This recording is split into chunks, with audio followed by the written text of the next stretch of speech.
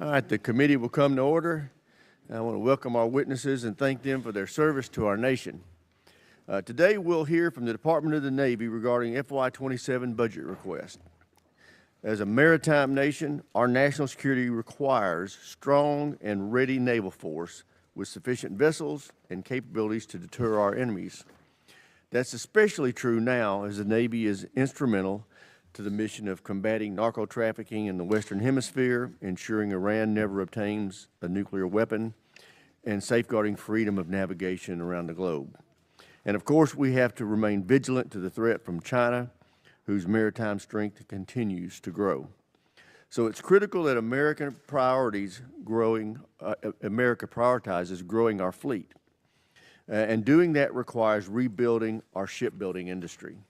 Years of uncertainty and inconsistent demand from the government and the commercial sector have significantly weakened our maritime industrial base. That atrophy is apparent in both military and commercial shipbuilding, and the statistics are grim. China builds 47% of the world's ships. The U.S. builds 0.1%. This decline in our maritime industrial base is not surprising given how long we have been underfunding our national security. Defense spending has shrunk dramatically, both as a percentage of GDP and as a percentage of federal outlays. That's resulted in a reduction in our shipbuilding capacity, our ability to scale our production, and our fleet readiness. To maintain deterrence and ensure maritime dominance, we need a robust constellation of shipyards with modern infrastructure. It also demands a large, skilled workforce capable of meeting the increased demand for shipbuilding and repairing ships.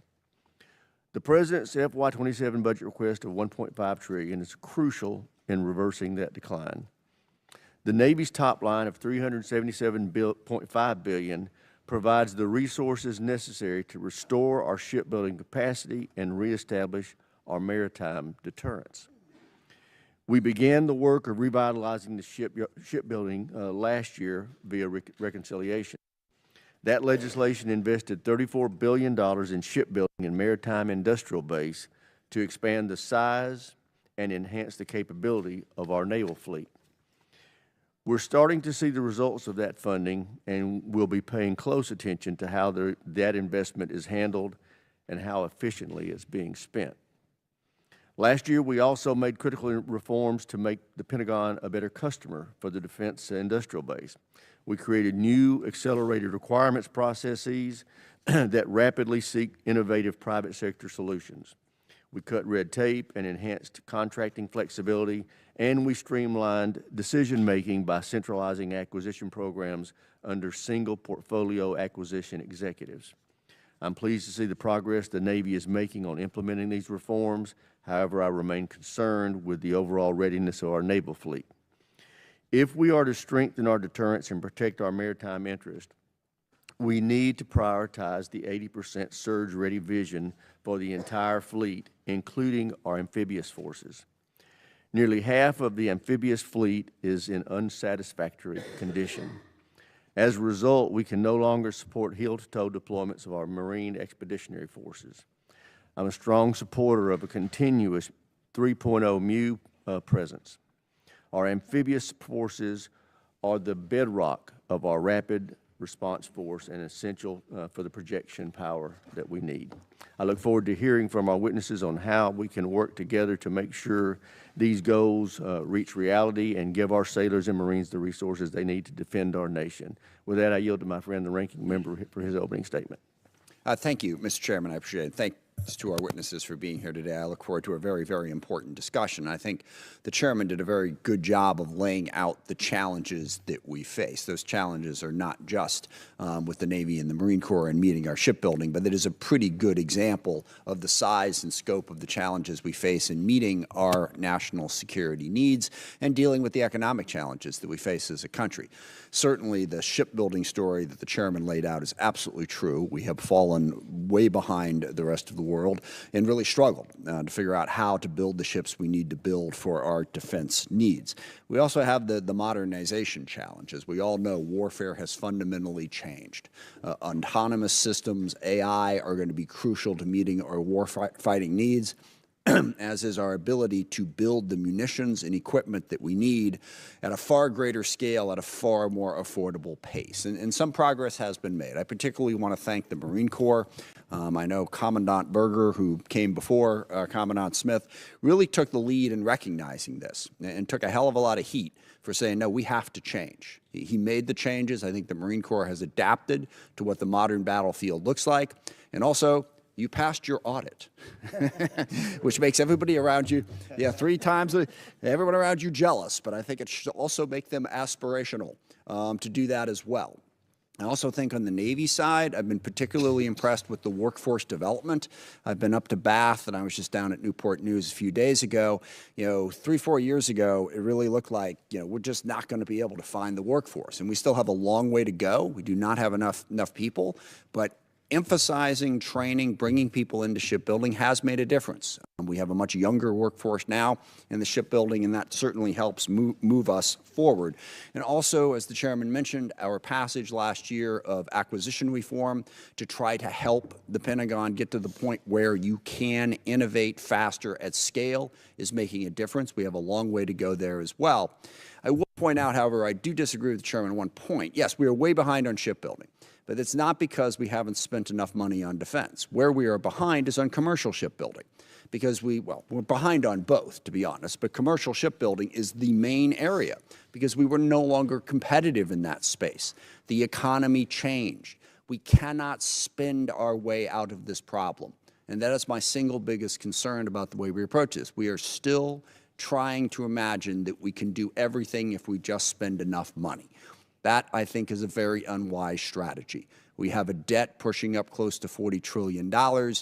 We continue to not be able to support any sort of revenue increases to pay for it. We're going to have to get smarter. And I've used this quote in this room many, many times, so I apologize for repeating myself. But I think we are at that Winston Churchill point. Gentlemen, we're out of money. Now we have to think.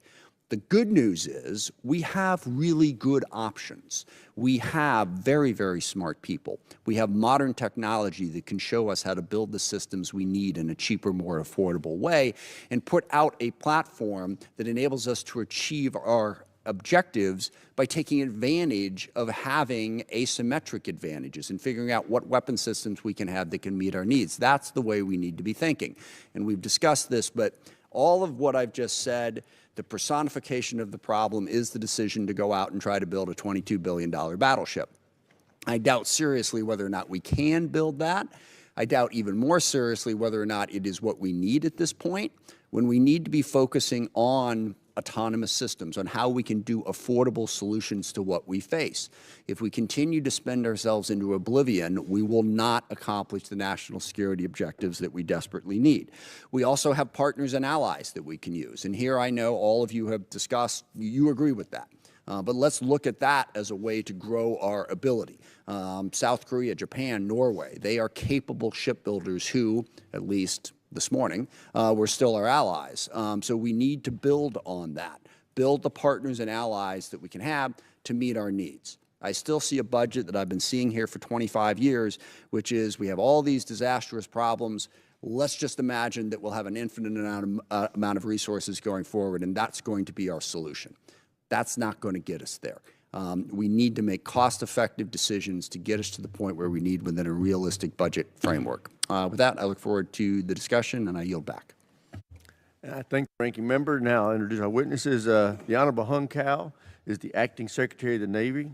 Admiral Daryl Caudle is the Chief of Naval Operations, and General Eric Smith is the Commandant of the Marine Corps. Welcome our witnesses. Secretary Cao, we'll start with you. You're recognized.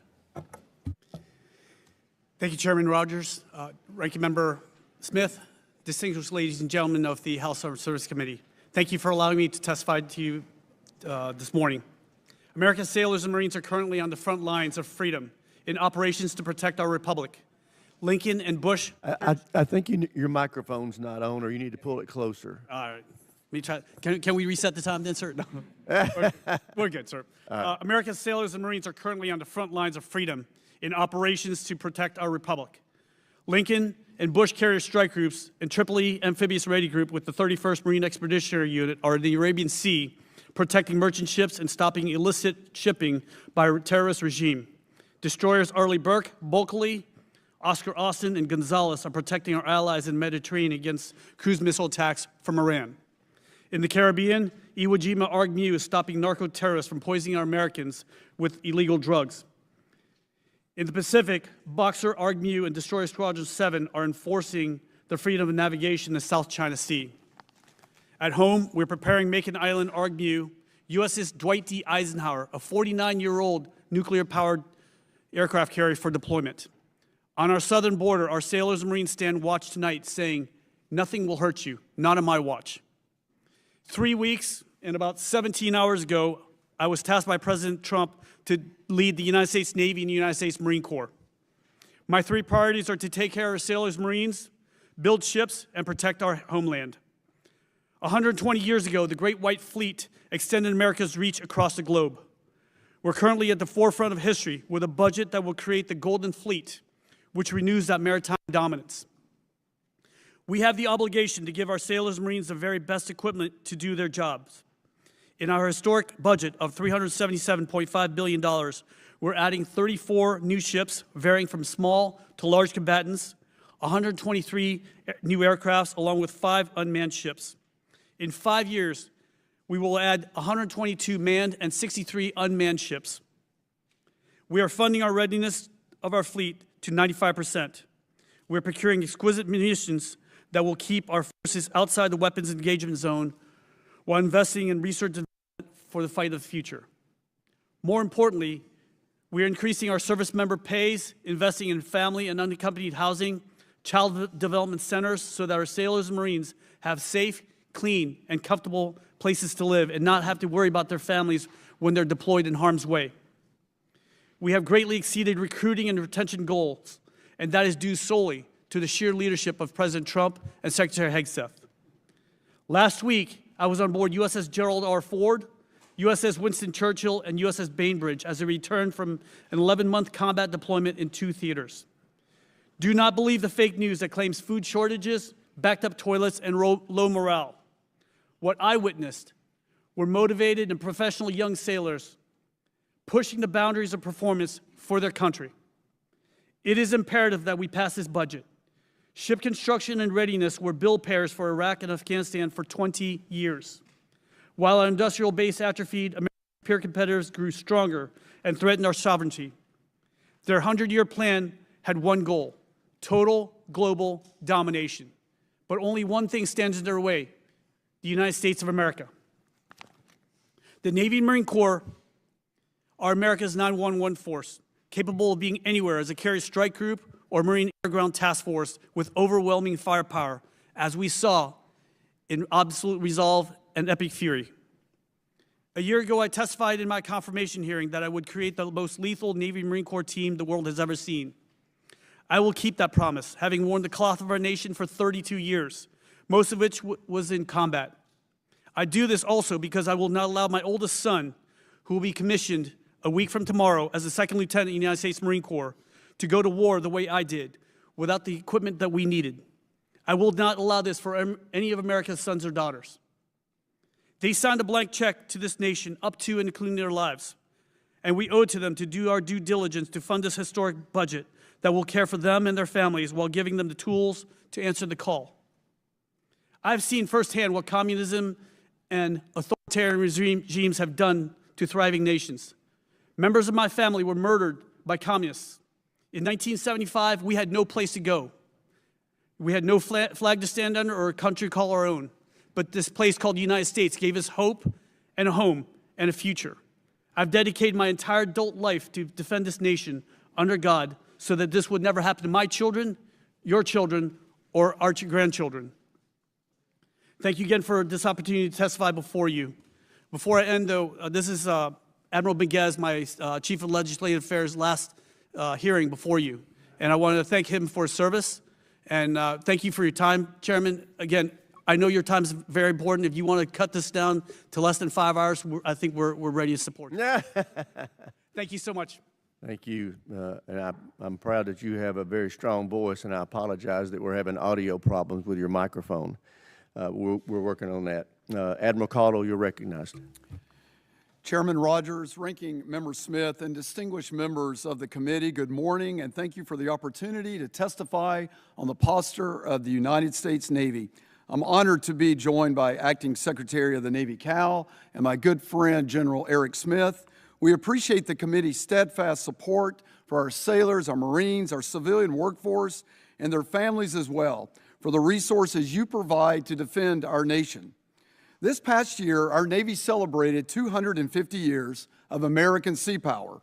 Today, our founding fathers would scarcely recognize the modern fleet, ballistic missile submarines deterring strategic attack, nuclear-powered aircraft carriers projecting power across the globe, and an all-domain naval force delivering precision lethality at scale. And while the platforms have changed, one truth has not. The sailor remains our most and greatest competitive advantage and the heartbeat of our fleet. This July, on our nation's 250th birthday, our sailors will carry that legacy forward wherever our nation requires presence, power, and resolve. Since assuming the duties of the Chief of Naval Operations, I have been focused on one central objective: ensuring the Navy never loses its differentiated value. In February, we released the United States Navy Fighting Instructions, which is designed to operationalize my priorities of foundry, fleet, and the way we fight, and provide clear guidance on how we will build, generate, and employ Navy combat power for the conflicts we must be prepared to win. These instructions reflect a simple reality. The Navy's value lies in our ability to generate decisive combat power from the sea with tailorable formations, sustain them forward, and deliver lethal effects across every domain at the time and place of our choosing globally. Operation Epic Fury is providing in real time what the Navy delivers: forward, persistent combat power from the sea, sovereign options, independent of basing, survivable and resilient under pressure, and able to strike decisively. That is our differentiated value on full display. To preserve that advantage, we are executing a hedge strategy to ensure the fleet will build today, it's ready for the fight we face now, and adaptable and scalable to the one we will face tomorrow. That strategy is realized through the Golden Fleet Initiative, a fleet design that blends high and lower-end combatants, integrates robotic and autonomous systems, and enables scalable formations to outpace emerging threats. This approach increases our ability to scale combat mass, distribute risk, and maintain escalation dominance against the operational challenges our combatant commanders face globally. It also requires integrating technologies like artificial intelligence, advanced manufacturing, directed energy, and containerized systems as operational capabilities that expand our reach, persistence, and lethality across our kill chains and kill webs. Our FY27 budget request is strategy-driven. It's aligned to the Department of the Navy's priorities and the objectives of the National Defense Strategy, leveraging the concepts outlined in the United States Navy Fighting Instructions to ensure our investments directly strengthen the foundry, the fleet, and the way we fight. It reflects disciplined choices to ensure we first always field a credible and highly effective sea-based strategic deterrent, and second, we invest in the right capabilities that preserve our warfighting advantage.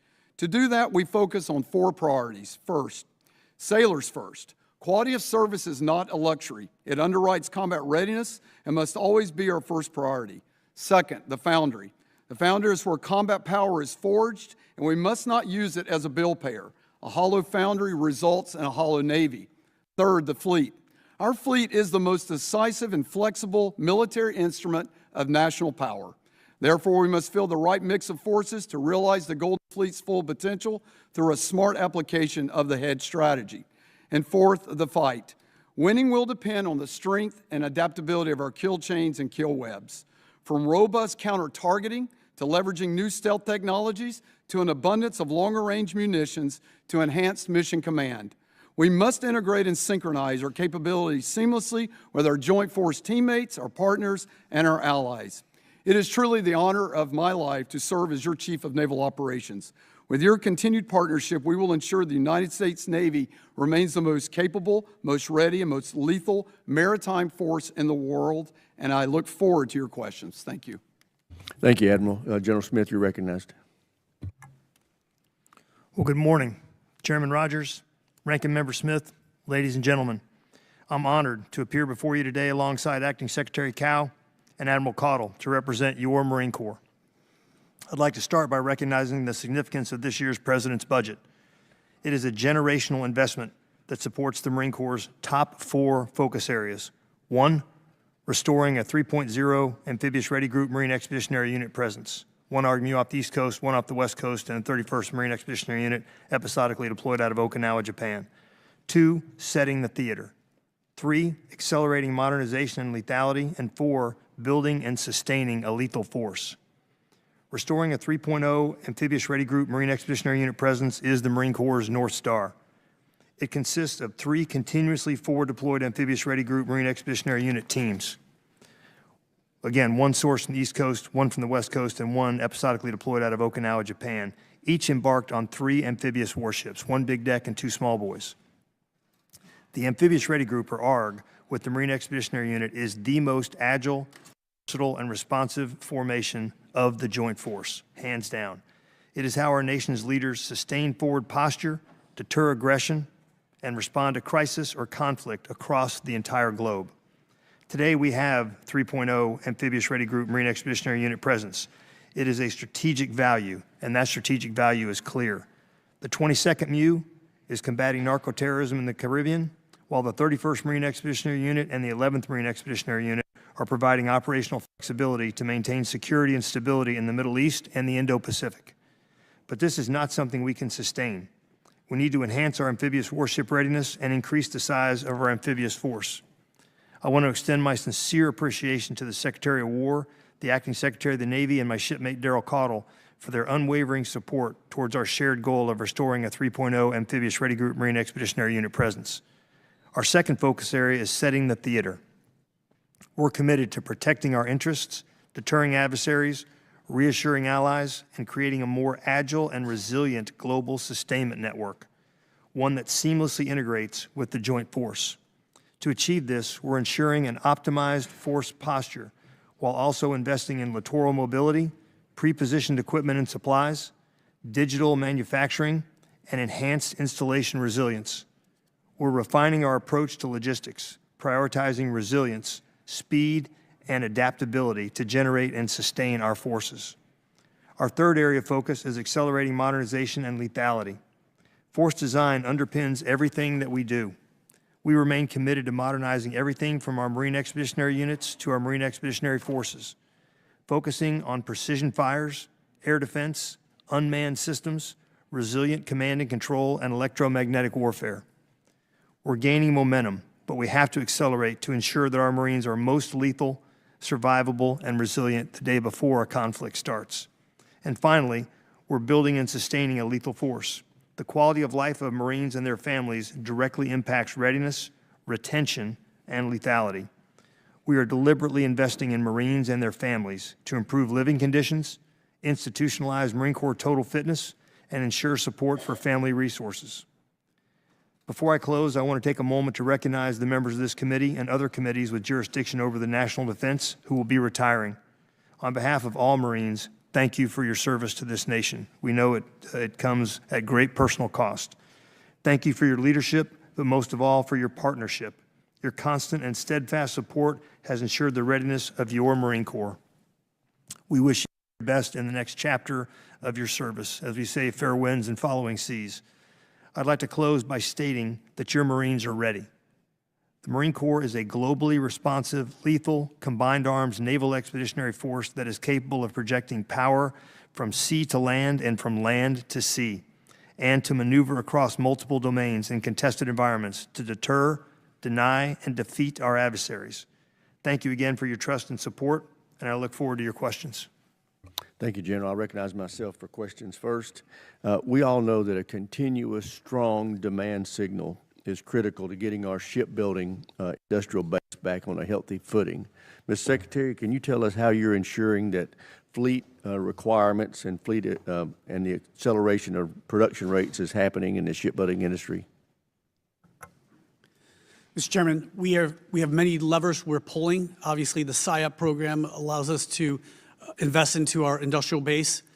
We have, for example, for submarine building, a very talented officer, Vice Admiral Rob Goucher, who I've known for 36 years, who is leading and basically moving the submarine construction to the left. But again, we need to explore every single avenue of ship construction in this country. It's not just about warships.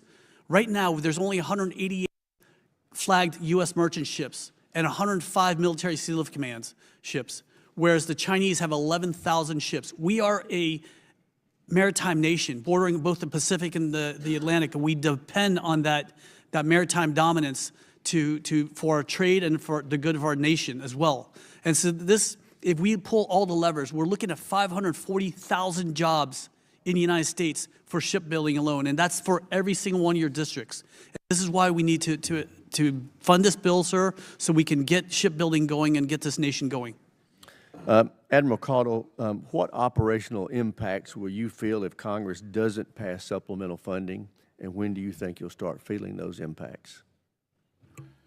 Sir, as you know, the FY26 budget didn't bake in Epic Fury, and we're, the Navy, if you see any news channel and you look at the graphic there, you see a large Navy force in the Middle East. So we're burning bright, and that's what Navies do, and we're built that way. But it does come at costs, and it comes at operational costs. Things like fuel costs, operating hours, training airframes, and all the sorts of incremental things, munitions that you actually expend during wartime. And so without supplemental funding, I do fear that I'll have to start making decisions in the July timeframe on how I do force generation. That could make differences between how I do exercises, how I do routine operations, in order to make sure that I do not, have the funds necessary to continue the war effort for Epic Fury. A bigger piece, too, that I would tell you is in people. I'm incurring additional costs in the manpower accounts as well. And so without additional funding, I'm going to end up having to hold on station a number between 12 and 15,000 new accessions that I'm trying to push through. So my record recruiting is going to be thwarted without additional funding to PCS those individuals from boot camp and to pay enlistment and re-enlistment bonuses. So those efforts could be challenged if I don't get additional supplemental funding, sir. On another point, Admiral, what steps have you taken fleet-wide to improve your maintenance outcomes and improve your readiness rates? Well, I think the Secretary landed most of it. This has been a full-court press effort to expand our maritime industrial base and certainly the submarine industrial base. I think the acquisition reform is putting, with the DERPM and other PAE structural changes, to put more accountability at our supervisors of shipbuildings to be more intrusive oversight while construction's going on. The idea of developing, no kidding, getting the U.S. to no kidding build ships through a modular, distributed type of framework, we're doing that to some extent with Virginia-class and Arleigh Burke. But we need to expand that. We need better integration of artificial intelligence. We need better integration of robotics to do more welds robotically for higher output and reproducing higher quality. We've got workforce talent management going on across the country, but we need more of that as well to make sure we recruit and retain and lower the attrition of our key workforce. And that's not just, kind of wage grade and vocational. This is middle-level engineer management. It's coming out of engineering STEM schools that I desperately need for doing the planning and oversight of the work. And then I'd say I'd say most of the things we got going on, sir. Great. With that, I yield to the ranking member. Thank you very much. Building off the theme of the opening statement in terms of, how can we get to more cost-effective solutions, I've been very impressed by the fact that when it comes to like shooting down drones, we've invented some new systems. We were shooting them down with $2-3 million missiles. L3 Harris has come up with the Vampire system that's $30,000 a shot, very effective. Another private company came up with Mirops. By the way, I think Vampire is a much better name than Mirops if you're going to name a system, just for those paying attention to those things. $15,000 a shot. And it was all about figuring out, okay, we have our needs. How do we meet them in a very cost-effective way?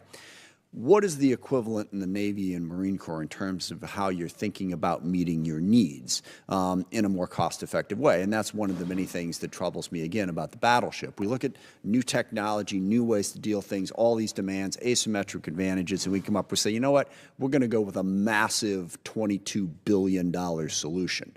That seems to be the exact opposite of taking advantage of modern technology to meet your needs in a more cost-effective way. So how are you all thinking about options equivalent to, instead of $2 million, we're going to do 30,000 and achieve the same objective, and using new technology to get there?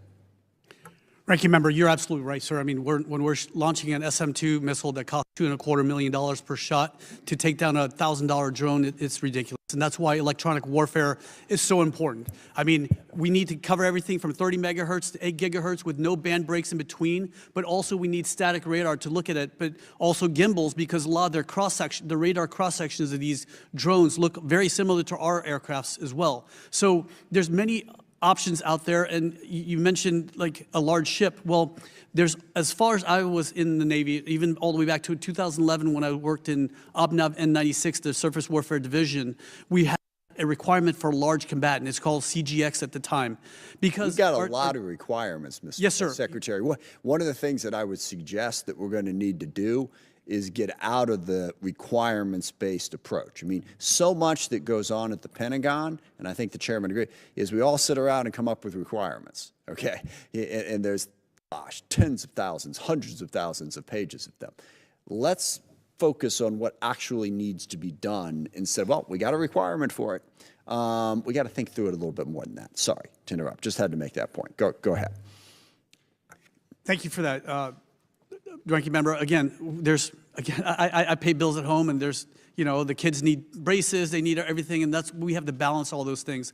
But again, with the battleship, the problem is that your DDGs are so decked out right now. The Pinckney, USS Pinckney, is the only ship in our fleet that has a Slick 32 Victor 7 for electronic warfare. And I mean, I told you yesterday, I mean, it looks like a big chipmunk with a mouthful of nuts right now because it's so overburdened, and that's why we need a large combatant that has all electronic warfare as well as 200 VLS cells, including conventional prompt strike. Imagine a missile that can go from here to the West Coast in 16 minutes that the enemy can't stop, and this is what's going to deter the enemy.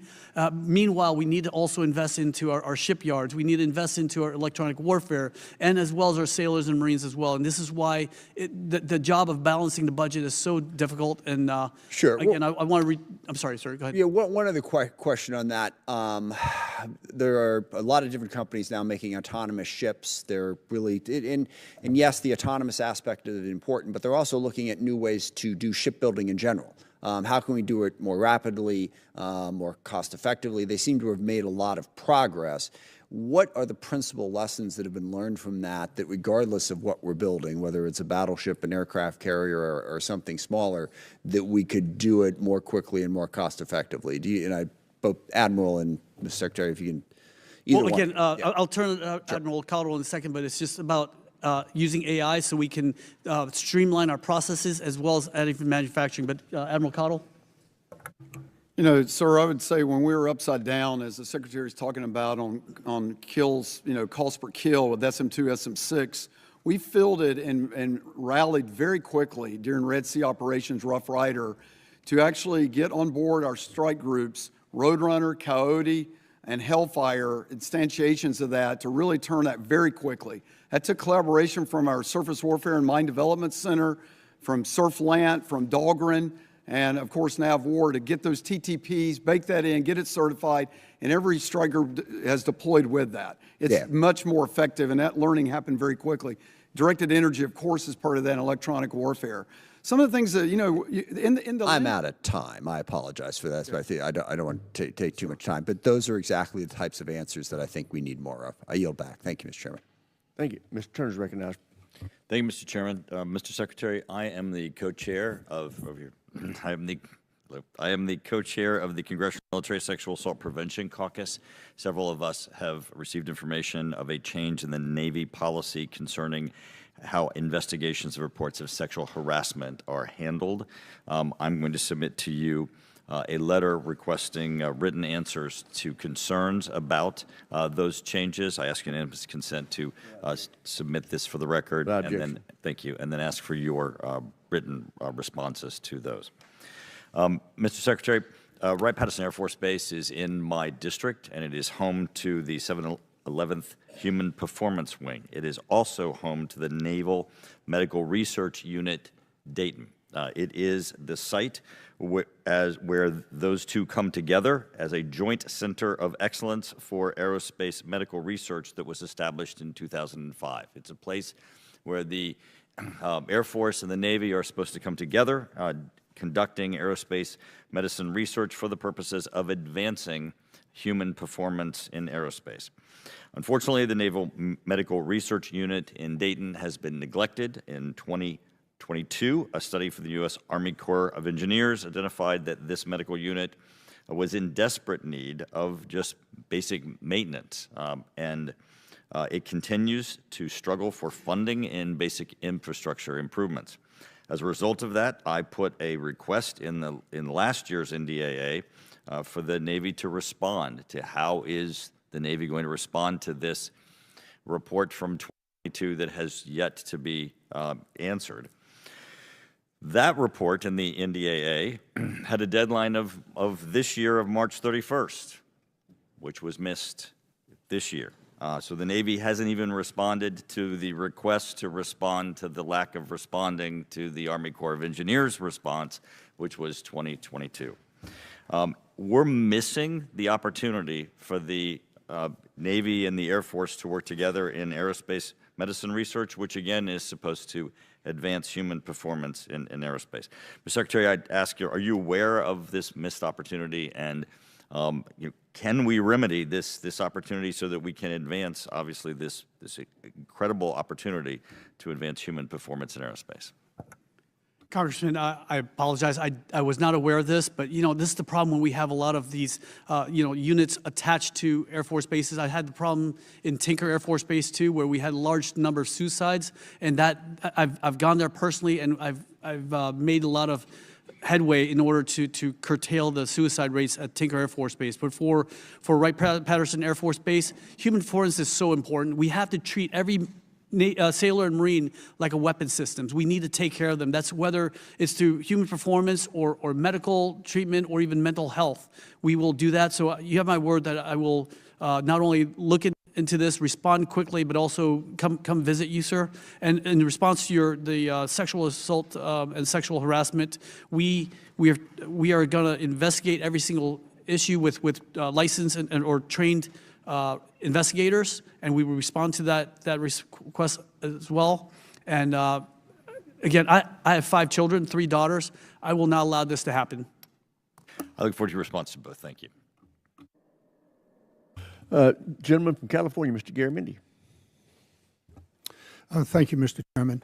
Mr. Chairman, you and Ranking Member Smith, as well as the Secretary, spoke to the issue of the commercial fleet that America does not have. Draw to your attention, there is a piece of legislation called the SHIPS Act that deals directly with that. I bring that to the attention of the committee, and perhaps that could be an integral part of our work as we form up the NDAA. Rather important in meeting all of the requirements that we have. So I'll let it go at that. Thank you for bringing the issue up, and I'll drive it forward. I have 2 questions here. Admiral Caudle, the west coast of the United States, I believe, borders on the Pacific. The Pacific is going to be, has been, and will continue to be a major theater with enormous challenges.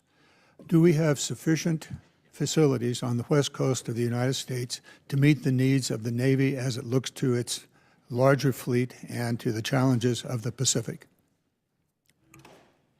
Congressman, we do not have sufficient facilities in general, and I would argue that we do not have sufficient on the West Coast. As our theater of importance and our priority of how we've split the Navy, our 60-40 split predicates that to prevent transits through the Panama Canal or other ways we would get around to the East Coast, the more options I have as the CNO to prepare our ships without those transits to East Coast public yards, the way I can, at the fair share those yards and keep them level loaded improves quality of life for people if they can stay on the coast and not such large PCS moves, and just improves combat and damage control that I can do when I actually need to repair in that capacity. So we are tasked in this budget to go look hard at a fifth shipyard, and that study is, we will take a lot of time and understand that very clearly where to lay down that capacity. But I would, answer your question bluntly, no, I do not have sufficient capacity. I look forward to working with you on developing opportunities on the West Coast for the need of the Navy for its ship repair and perhaps also for the development of additional fleet. I want to go to General Smith. You spoke in your opening testimony about the amphibious ready groups and the MEUs. What do you need to carry out your plan? Do you have sufficient ships, amphibs, large and not so large? And what is the plan to develop? What is your plan and what is your need to develop the necessary fleet for the Marine Corps? Well, sir, thanks for that question. So our requirement is a 3.0 ARG-MU. Again, one off the East Coast, one off the West Coast, and one episodically deployed out of Okinawa, Japan. We're currently required to have a minimum of 31 amphibious warfare ships, but that was predicated on 80% readiness. And we're well short of 80% readiness in the amphib fleet. We're closer to 50%. So we're going to need more ships. I defer to my shipmate, Daryl Caudle, on exactly how many ships are going to be required to maintain that 3.0 ARG-MU presence. But my requirement is a 3.0 ARG-MU presence regardless of the number of ships that are available. So those would be the large amphibs and the medium? Yes, sir. LHAs, LHDs, and then LPDs. Are they presently in the planning that the Navy is putting forth? Again, I will defer to the Secretary and to the CNO on that, sir. Let's move to the Secretary. Yes, well, sir, I just can tell you, we have an LHA and LPD and LSMs in the budget. So all three of those ships are in the budget of sufficient Yes, number to meet the needs of the Marine Corps? Yes, Congress. Very good. With that, I will yield back. Thank you, Mr. Chairman. Gentleman yields back. Chair now recognizes the gentleman from Virginia, Mr. Whitman. Thank you, Mr. Chairman. I'd like to thank our witnesses for joining us today. Secretary Cow, Admiral Caudle, General Smith, thanks so much for the incredible job that you do. Secretary Cow, I want to start with you. Yesterday at the House Subcommittee on Appropriations for Defense, you talked about nuclear power generation, specifically onshore nuclear power generation. We all know our nuclear navy is the best ever in the history of humankind, and how it utilizes nuclear energy to power our ships. That 70 years of record with naval reactors is beyond reproach. What I want to look at is how are we taking that technology and then applying it in different ways. And I got language in last year's National Defense Authorization Act that directed pilot projects on Navy bases to actually do onshore nuclear power generation with small modular reactors, and to do that in a way where we can pair that with data centers. Listen, the future of what we need to make sure we win the race in AI is going to center around data. You want to have your power generation sources close to where your data centers are, the power demand.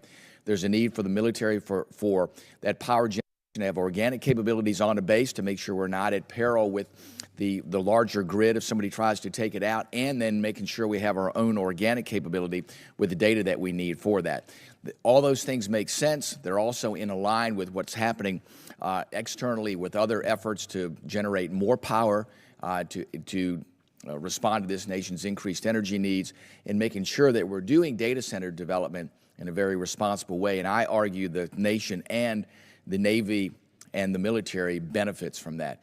Give me your perspective on how you think we can aggressively pursue this to, as quickly as we can, get these SMRs permitted and under construction on Navy bases, how we can look for partners in the data center realm to put those on military bases or on Navy bases, and how you would look at executing that. Thank you, Congressman. This summer, Norfolk Naval Base is going to be powered from an aircraft carrier. We're going to export the energy from the aircraft carrier to the base. but imagine having this power generation from within the base, that we can even export the energy to the surrounding area and use that as a working capital fund to now actually fix our bases. And the energy that's produced from these, we can power also, or use it for a 4-stage distiller, making water, fresh potable water. I mean, on a carrier, we're pumping millions of gallons over the side every day of fresh potable water that tests at pH 7, right? That we can now export in places like California, where you have a drought. You can actually export that energy, that water, to put in the surrounding area. Now, the president has named the Army, which breaks my heart, as the executive agent for shore-based thing. This is, as a matter of honor, we are the nuclear Navy. So I do want to turn over to Admiral Caudle, who is more in tune of nuclear power than I can ever be. Congressman, one thing we need is a champion, okay? You're doing that over here, but we've got to have an overall programmatic champion for the SMR program. So I think we're dithering a bit there and not really kind of landing on, the pilot and laying out the program of record. Yes. So, while the Army may be, tapped to be the overall lead for it, I see no world in which the Navy's not going to be part of that discussion and bring our expertise through our long-established naval reactors, deep understanding of reactor physics and understanding safe operation. But we need to get a pilot established and a target date and get one going. Yep. Admiral Caudle, thank you. And we will be laser focused on that again this year, the National Defense Authorization Act. I wanted to follow on with that on a shipbuilding issue. There's $1.85 billion in this year's President's budget in the request for advanced shipbuilding industrial base and future ship experimental, essentially looking at the proposal of taking foreign designs and then putting those in place for our shipbuilding. I just have a question about that. I have a hesitation about that because we tried that with FREM, with an Italian design, and we took an Italian design and we said, okay, it's 85% complete, and then made adjustments to it, and all of a sudden it only became 15% complete on design. And today we have 2 Constellation-class ships, and that will be it. We will cancel the rest of the program. So I guess my question is how do you see this going forward, and how are we going to reconcile the effort to say, let's grow the industrial base, let's grow shipbuilding in the United States, and on the other hand, say that we're going to now look at foreign ship designs and how we're going to build and sustain a U.S. shipbuilding industrial base for our U.S. Navy? Well, there are a lot of lessons we learned from Constellation. This can be done right. I think the Icebreaker program is an example of where, this can be. Gentleman's time's expired. Chair now recognizes the gentleman from New Jersey, Mr. Norcross. Thank you, Chairman. I'd like to thank the witnesses for being here today. We're focusing on our shipbuilding capacity for good reason. It's not working. It's getting better. Back when Pearl Harbor happened in 1941, our shipbuilding capacity was in shambles. Within 2 years, President Roosevelt brought those leaders of the great industrial companies in this America, and within 2 years, we're pumping out 1 ship a week plus. We got behind it. We know we got into this problem by disinvesting in our own industrial base. That's why back in 21, we put a Buy American Act to step up the percentage of American-made products in our shipbuilding. Back in 24, the Mines Act expanded on that to say you're going from 65 to 75 and eventually 85%. Well, we put that in. It's law. We have not received one report from the repository we created to say how much of our industrial base starts and is made here in the United States. We're repeating the problems that got us into it. Yet, this year's shipbuilding plan states that strategy for growing the industrial base, the expansion of the industrial base through direct foreign investment, that the plan's contents, the table of contents, an entire section dedicated to foreign investment and support. This is contrary to those last 2 pieces we put in the NDA, and time after time, people in your position says we have to build our industrial base, yet we haven't. Goes on. At the same time, the Acting Secretary of the Navy, the entire plan was about restoring maritime industrial strength. Secretary, you stated it 5 minutes ago. So here we are. We know the plan that we need to do is to invest in ourselves like we've done once before. Yet, the shipbuilding plan goes the exact opposite direction and says, how do we get foreign investment? This is what got us here. Do you need a little boost in the beginning? Potentially. We're not saying that's not the way to do it. But the idea of foreign investment got us into this problem, the offshoring of our industrial base. So, Mr. Secretary, how do you square these circles? Congressman, thank you for that question. We're not investing in foreign shipbuilding. What we're doing is seeing what these models work, whether they will work in our fleet, and then they will bring that to the United States. Some of these foreign shipbuilders are cranking out destroyers at a rate of 1 every 2 years, whereas it's taking 6 to 8 years. Please, just give me a moment. Yes, Page 17 of that plan, potentially from overseas shipyards, along with the fuel tankers, and that acknowledgement, this work may be performed from the outside of the United States. So if what you're saying is true, you have to change that, saying we're not going to get these made outside the United States. Again, we're also bringing our workers over there to learn their techniques, sir, because we're just not doing it fast enough over here.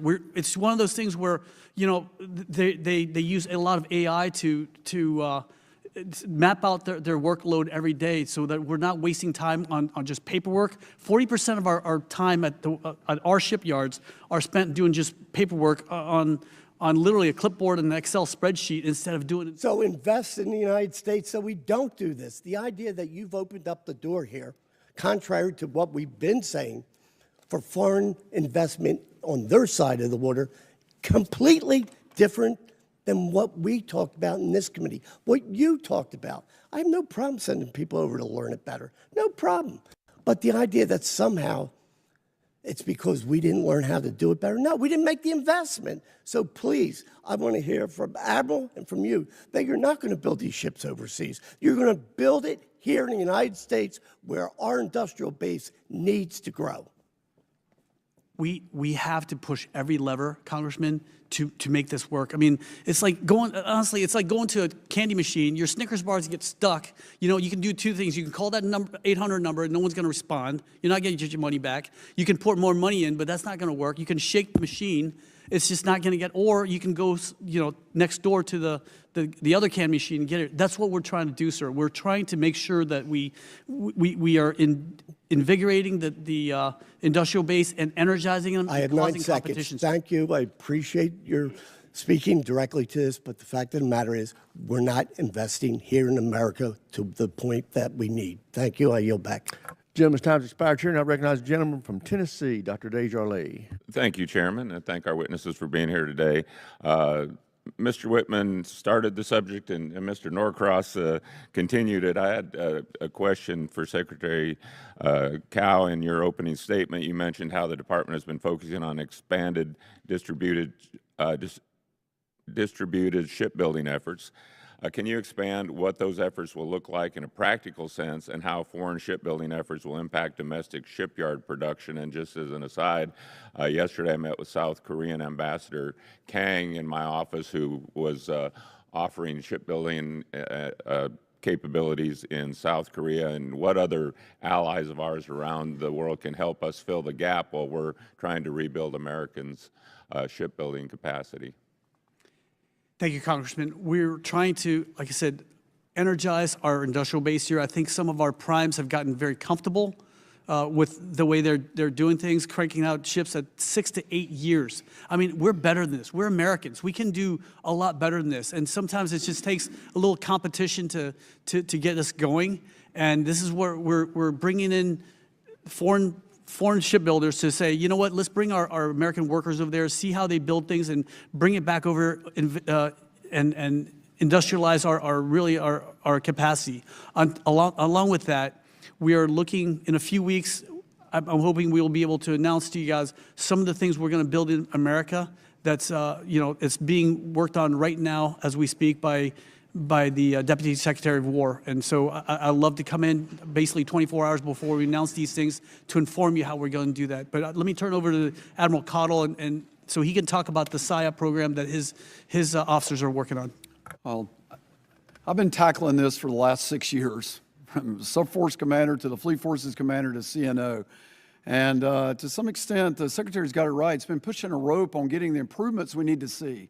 I live in a real threat-based world, and threat-based analysis means I actually have to have, no kidding, ships. And while I love everything to be built in the United States, we do have to expand the aperture. This budget, to be executed, will have to expand the industrial base and actually go in a smart way, in an optimized way, lay down that ship demand signal across the different yards that can actually go produce this in an effective way. In my worldview, that will actually require some foreign shipyards to actually help me do that, to actually deliver the actual ships I need in a time frame when that's important. And so I think it's an all hands on deck, and to execute this budget at the size and scale, it's going to take that approach. Okay. And Admiral Caudle, staying with you, let's go underwater.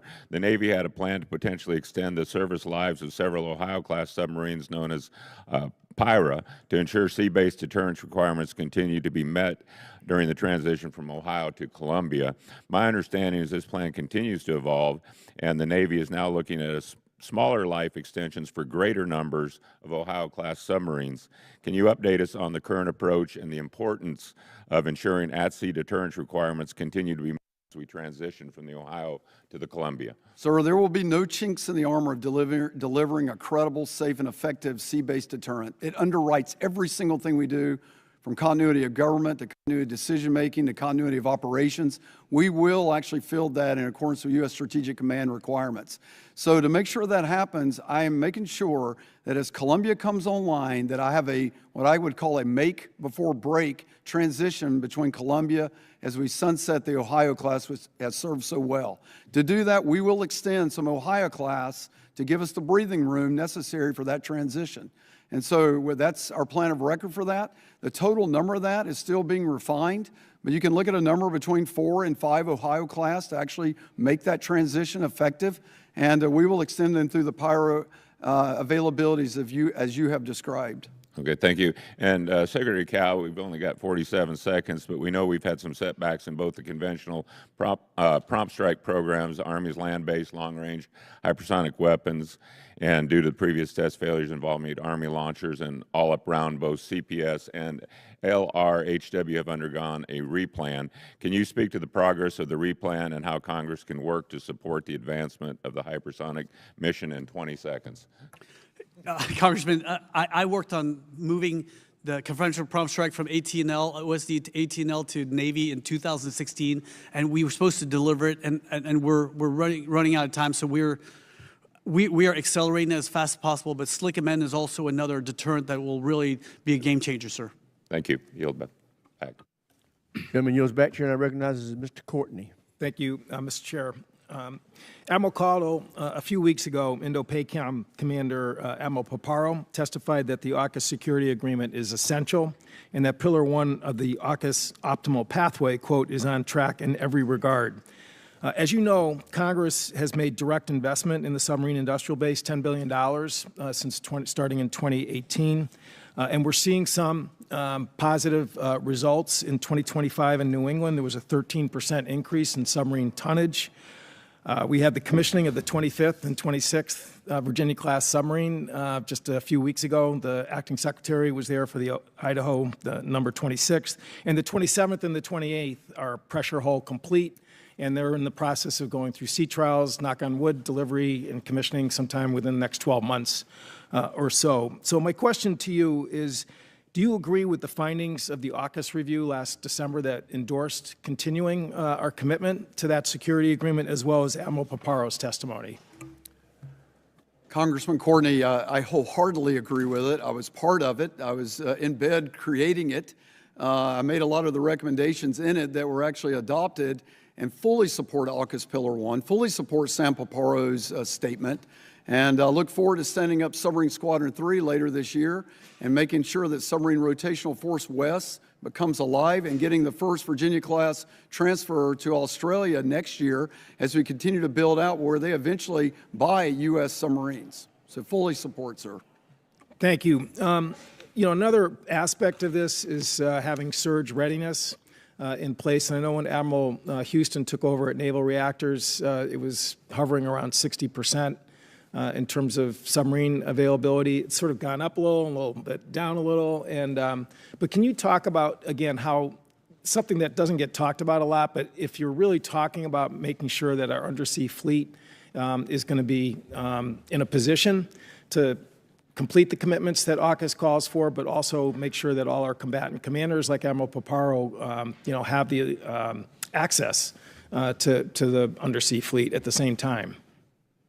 Well, I mean, this is really about, posture. Where do we put our submarines and home port them in a way that we can sustain them and operate them? That's why Guam is so important, the submarine Squadron 15 there. That's why, Hawaii and of course San Diego become very important. And then what we've done is, and I think in a very thoughtful way, is for once in a lifetime shared technology with a close partner in Australia to give them a no kidding submarine force that will add an entirely new dimension to the threats we face in the Indo Pacific.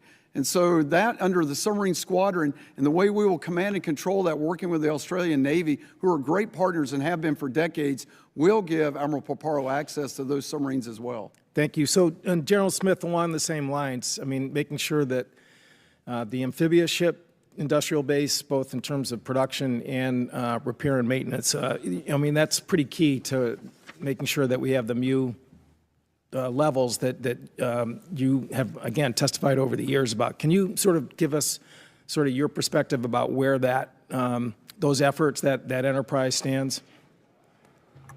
Sir, I can. What I base it on is a 3.0 ARGMU presence. The 31 amphibious warfare ships that are required by law are based on 80% readiness. And again, we're well below 80% readiness. So my requirement is a 3.0 ARGMU presence, and I'm agnostic as to how we improve the amphibious readiness. There's multiple ways you can do it. You can do optimized maintenance and force generation. You can do targeted service life extensions, and you can do new ship procurement or a combination of the three. And so I defer to my shipmate Daryl Caudle on how to meet that requirement. But both services agree that 31 ships is simply not enough for a 3.0 ARGMU presence. Achieving this requires increased investment. And again, PB27 is a significant down payment on this. Great, thank you. So I've only got a little bit of time left. Next week, the Sea Power Subcommittee is going to be holding its own sort of posture budget perspective. There will be many questions about the battleship program. We're going from basically a poster board in December to $1 billion requested this year, $17 billion the following year. The one lesson certainly in my time here is that before you start cutting steel, you got to make sure your design piece is done or pretty darn close to done. We have, whether Zumwalt or LCS, I mean, the stories still haunt, I think, a lot of us here about the fact when that, discipline is not sort of adhered to. But again, I'm running out of time, but I want to at least flag that for you and your team that, we've got lots of issues and questions we want to explore on that. With that, I yield back. Gentleman yields back. Chair now recognizes the gentleman from Mississippi, General Kelly. Thank you, Mr. Chairman. I want to start by just saying that we need every shipyard in America at full capacity. We need every dry dock repairing some ship that we have somewhere. That is critical. I just visited the Philly shipyard this last weekend. They can be complementary. We need to make sure all these shipyards at full capacity, that they have a steady demand signal, and that we continue to produce warships, but not only warships, but logistical ships that support both our time mariners and our Navy. And so whatever it does, some of those skills interlike. So I want to begin by thanking President Trump for his leadership in restoring our military, including historic investments in our shipbuilding and strengthening the defense industrial base. The budget builds on that progress and reinforces the national defense remains a top priority. Secretary Cowell, congratulations on your appointment, and thank you for releasing a 30-year shipbuilding plan. I have been on this committee for 9 years, and I have been asking for 9 years for a 30-year shipbuilding plan, and we finally have one. While I may not agree with the contents of every one of it or exactly how it goes, at least we have a basis to now determine what type of ships to build. Secretary Cowell, what can this committee be doing to help incentivize a quicker amphib production rate? Thank you, Congressman, for that for your comments, and as well as, getting out the shipbuilding plan was hard, but the way I see it, the Congress of the United States is like the Board of Trustees, and I need to answer your questions. And, it might not be perfect 30 years on, because we had no idea what the world looked like 30 years ago. I mean, we didn't know anything about autonomous vehicles. We didn't know about that China was a threat. We didn't even know who Osama bin Laden was. So I want to concentrate definitely on the 5, 10, 15 years, and that includes the amphibious ships as well. And like you said, we need to pull every single lever there is in order to get shipbuilding going. And it may very well be something simple like, these young people that we lied to said, hey, you have to have a degree to make a living, and they're not working right now. What can we do to maybe even freeze their loans, right? And then when they work at a shipyard, we pay off every year. We pay off a year of that loan just so they can have the honor of working for a living as well as paying off their bills. But there's a lot of things we need to do, sir. But the main thing is we need this budget to be passed so that we can, energize and invigorate shipbuilding, sir. Okay. Admiral Caudle, I'm just going to make a comment because I really don't have time, but the Navy has to get better about not procrastinating on amphib readiness. We need to either build more amphibs, and we need to keep those ships ready. And I know that we're improving, but we need to improve much faster because we need those. That's the Swiss knife of our Navy and ground forces and air power. And so those amphibs are so important for both hard and soft power around the globe. And so whatever it takes, we need to commit to getting 3.0 ARGMUs. With that, I want to talk just a little bit about the E-2Ds. And it continues to prove itself as one of the Navy's most important battle management and command and control platforms. Tell me, what do you think about the block buying? Is it the right numbers, and how important are these E-2Ds to the force? Well, sir, thank you. Let me just say, just real quick, there is no daylight between this table on amphib readiness. We're all behind 3.0, and we're working. I look forward to talking to you about the improvements. On E2, you got it exactly right. That is a special sauce of the air wing. Obviously, it's recognized not only for its ability to support carrier strike group, but we dirt death them as well and support the joint force. And so it's a need for that joint capability is crucial. Block buy is essential for a lot of reasons. One, it gives a clear demand signal to the investors who build this and actually who are going to produce it. It allows me to actually factor in through a more structured way how we modernize. It's how we actually keep the line open in a more productive manner. So I'm behind the block buy methodology, and I think it's really important to do it in that factor. Thank you. And General Smith, I don't want to leave you out, but the KC-130Js, it's really important that we keep the procurement strategy, that it's not delayed, and that capacity is so important to the Marine Corps' mission. Is that correct, General Smith? Sir, KC-130 is if I had to pick a platform that I would keep and divest of all others, I'd pick the KC-130J. And don't forget about my P-8s, okay? And with that, Mr. Chairman, I yield back. Gentleman yields back. Chair, I recognize the gentleman from Massachusetts, Mr. Moulton. Thank you very much, Mr. Chairman. Mr. Acting Secretary, thank you for your service to our country. You said that the Navy would have 5 unmanned naval vessels by 2027 and 63 by 2031. Now, I agree that unmanned systems are a huge part of the future of naval warfare, but what about the small autonomous sea drones that are actually doing the work in Ukraine? Because Ukraine is producing hundreds of sea drones a month. We're nowhere near that level. Now, I thought Secretary Hegseth was proud of leaning very far forward on drones and autonomous systems. It doesn't feel like that's your department's priority. Actually, Congressman, that's far from the truth, sir. We are very invested in drones. In fact, we have the RAS PAE her whole job is to look at drones and. Okay, so Ukraine's, you say you're very invested in drones. Ukraine's standard sea drones cost about $250,000 a piece, and using those, they've pretty much destroyed Russia's entire Black Sea fleet. I mean, billions of dollars in damages. Do you think that kind of capability might help us in the Strait of Hormuz today?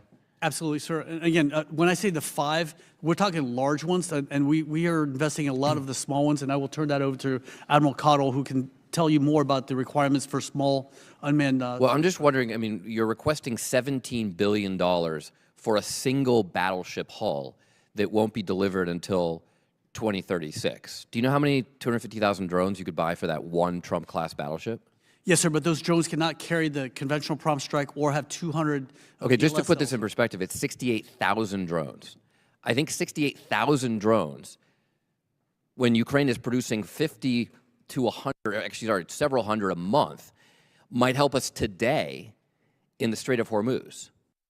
I just does not feel like a good investment. Again, sir, the drones can't get there by themselves. It's like the little turtle that sits on your fence post. Someone's got to put it It's there. funny, the Ukrainians managed to get them there. They barely even have a navy. We know, have sir. 55 times the coastline of Ukraine. They're not So if traveling they can 10,000. figure it out, Mr. Secretary, I'd like to think America can figure out too. Yes, now, sir. Mr. Acting Secretary, you told a powerful and very American story of how your family immigrated from Vietnam a few years after the war. I'm proud that our country supported you and your family. Do you think we should do the same for our Afghan allies who are being hunted down by the Taliban right now as we speak?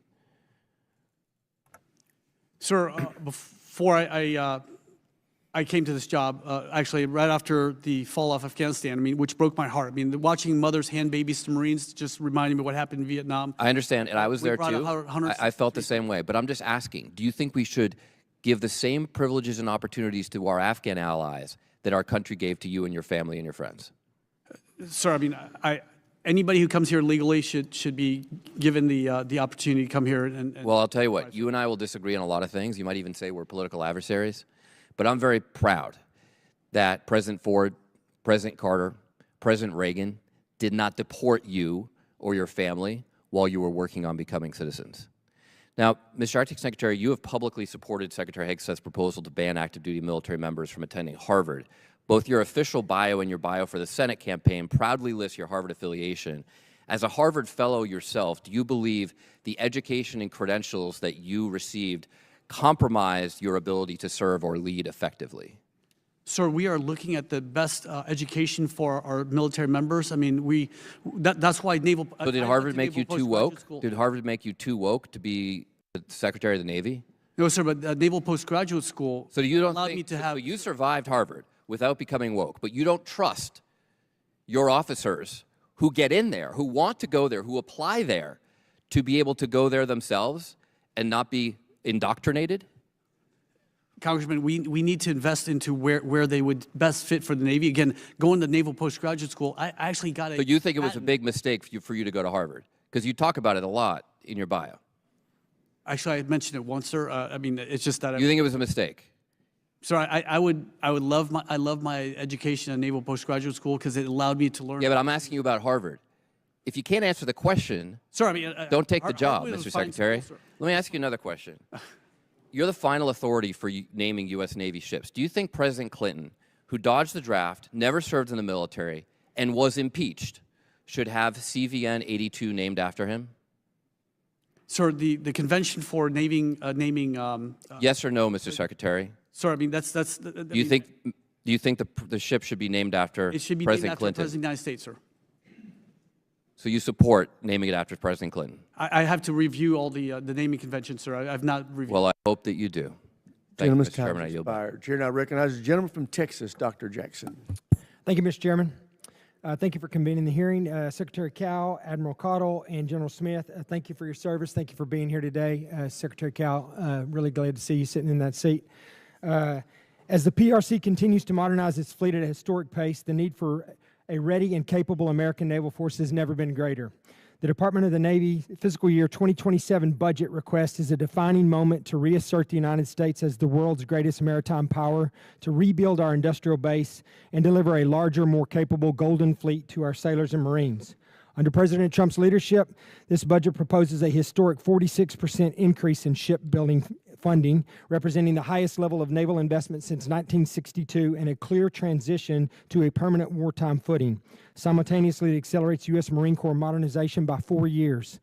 We must deliver these generational investments, and we must do it without delay. The Marine Corps' ability to sustain a credible 3.0 Amphibious Ready Group Marine Expeditionary Unit, ARGMU, presence is foundational to the nation's forward crisis response and deterrence posture, particularly as demand for Naval Expeditionary Force grows across theaters. However, General Smith, you have emphasized that simply hitting a ship count requirement is meaningless if those ships aren't operationally ready to sustain a persistent ARGMU presence. I know we've talked a little bit about this subject already, but while I fully support the investing in the procurement of new ships, are we also making sufficient investments in amphibious readiness, maintenance, and industrial-based capacity to sustain the Marine Corps 3.0 ARG-MU requirement in the long term? And if not, what should we be doing here as members of Congress to make sure that that happens and that ball does not get dropped? General?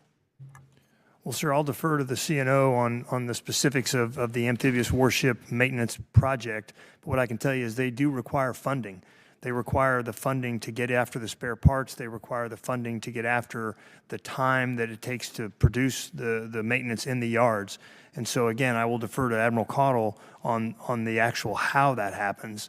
But those ships have to go into and come out of maintenance on time. I was taught by my assistant MEF commander, a guy named Chris McPhillips, call sign McFly, that most of the maintenance we do is because of the maintenance we do on our aircraft anyway. You go in to open up a wing and you pop a couple of rivets, and the next thing you know, what was going to be a light on a wing, you've accelerated, or you've extended. Pardon me, you've extended the time that an aircraft or a ship is in the yards. It has to go into, stick to the maintenance schedule, and come out of on time. Sir, we're doing a whole host of things. One, we had to get better at planning. And so we've started what we call our signature availabilities, where instead of really starting the planning in earnest, at the 120 days prior to the avail starting, it's starting a full contractual out 1 year now. That's important. 2 port engineers are overseeing that.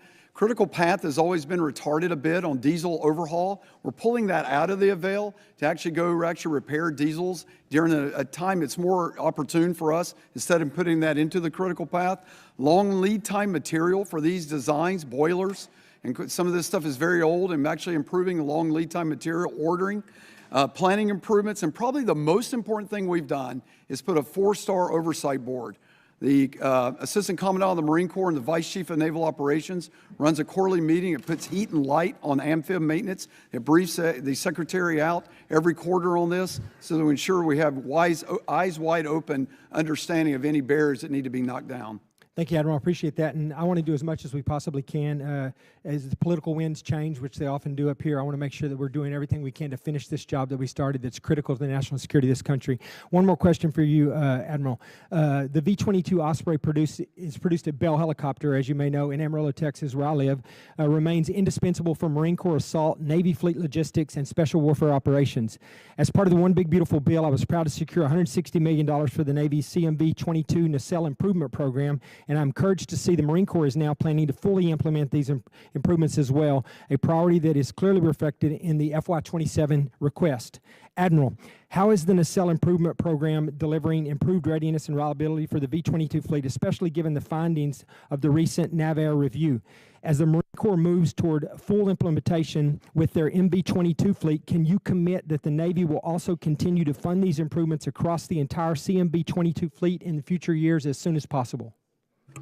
Yes, sir. I know we're short on time. You have my full commitment on that. Nothing's more important. It's part of our air wing. We're not going back. The CMV-22 is extremely important. You have my full commitment on it. Thank you, sir. I appreciate that. I yield back. Gentleman yields back. Chair, and I recognize as a gentleman from California, Mr. Carbajal. Thank you, Mr. Chairman, and thank you to the witnesses for being here. General Smith, it's good to see you again. The Marines are the only service to have passed a clean audit. As a Marine myself, I'm very proud to say that.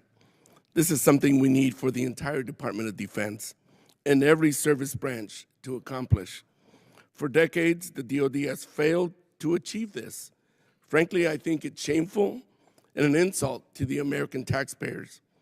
General Smith, what lessons did the Marines learn during your audit process that can be applied to the other services to help them also pass their long overdue, decades overdue audits? Well, sir, thanks for calling out the Marines for passing 3 consecutive audits. We're very proud of that. We're the only service to do so, and it's not because we have the smallest budget. You know, if we were a Fortune 500 company, we'd be in the top 100 of Fortune 500 companies. We do it just based on simple accountability, and I always use this analogy, although I date myself. When a Marine checks into a battalion, you check out a shelter half, 5 tent pins, and 3 tent poles. And when you check out, You turn in a shelter half, 3 tent poles, and 5 tent pins, or you get your butt down to Saigon Sam's, you buy them. Because you're signed for them, you're accountable for them. We hold commanders accountable for every dollar that they spend, for every dollar that has to be spent for the purpose for which it was appropriated. We run a very, very tight ship. We're a very efficient service, and we hold commanders accountable. When you fail to meet your obligations, we relieve you. Thank you. Clearly, you could teach the other branches what the hell they need to be doing. So much for the Doge trying to find fraud, waste, and efficiency. With that, I would like to yield the rest of my time to my good friend, Representative Tran. Representative Carvajal, thank you so much. Gentlemen, thank you for being here. Mr. Secretary, congratulations on your appointment. Today is a historic day. For the first time, a Vietnamese-American defense official stands before a Vietnamese-American member of Congress. This moment belongs to our parents and every soul who traded everything for a chance at liberty. You and I carry the weight of a diaspora that has never forgotten the sting of oppression. We are the living voice for those silenced by the communist Vietnamese government. We have a moral mandate to hold that regime accountable for its relentless human rights violations. I pray you will stand with me in that fight. We must also ensure the freedom we found here reaches across the Pacific. We must maintain a presence so formidable the Chinese Communist Party understands the Indo Pacific will never be surrendered to autocracy. This is our moment to lead, not just for our country, but for the legacy and the freedom we were chosen to protect. Mr. Secretary, as you know, I represent the largest Vietnamese community outside of Vietnam. Our community remains deeply concerned about the communist Vietnamese government's unlawful jailing of political prisoners. Will you commit to joining me in calling for Vietnam to free political prisoners and prisoners of conscience? Congressman, thank you so much for your kind words, sir. Again, I owe this country everything, and I've bled for this country, and I will die for this country, for everything that's given me. And again, a lot of my family members were imprisoned wrongfully, and we need to always stand up against oppression, and that's what our job is in the United States. We didn't ask for this. We didn't ask to be the policeman of the world. We didn't ask to defend, but that's how it is, sir, and we will always fight injustice in this country, sir. Thank you. I appreciate you standing with me on this. And General Smith, I'm going to shift over to you real quick. We've also seen that 2,500 Marines and 3 warships transferred from the Indo Pacific to the Middle East to support operations in Iran. What gaps has this created in the Marine Corps' ability to deter our adversaries in the Indo Pacific, and how are you filling the gaps? Well, frankly, the gap is unfilled. When you move an expeditionary unit, a Marine expeditionary unit in ARGMU, you simply don't replace it. When you move one force from one combatant command theater to another, you don't replace it. But the beauty of the ARGMU is that it is returnable. It can sail under its own power, and it can return from the Middle East back into the Indo-Pacific. And that is the value of the ARGMU, is it is globally deployable, much like a carrier strike group. It is globally deployable. It can be passed from one combatant commander to another. I appreciate that. My time is about up, so Chairman, I'll yield about. Mr. Latrell, you're recognized for 5 minutes. Thank you, Mr. Chairman. Mr. Secretary, congratulations. Welcome to the hot seat. Admiral and General, thank you for your service. And everyone in uniform in the audience today, thank you for your service to this amazing country. Admiral and Mr. Secretary and Admiral, you both spoke on overseas shipbuilding and utilizing the yards in foreign countries to build out our boats. Where is the steel coming from that we're going to utilize on these subs and ships? I think there are multiple sources that could come from global. Are any of those in the United States? I can guarantee you that the majority of it, at least for submarines, is coming from the United States of America. Have you ever heard of Hearth of Metals? No, sir. Mr. Secretary? No, sir, I have not. Okay. You mentioned in your opening statement that everything that goes into the Department of War and the build-out of our ships and boats is going to touch each one of our districts. Well, Hearth of Metals happens to be in my district. And they produce a cheaper, more viable steel than anyone else, period.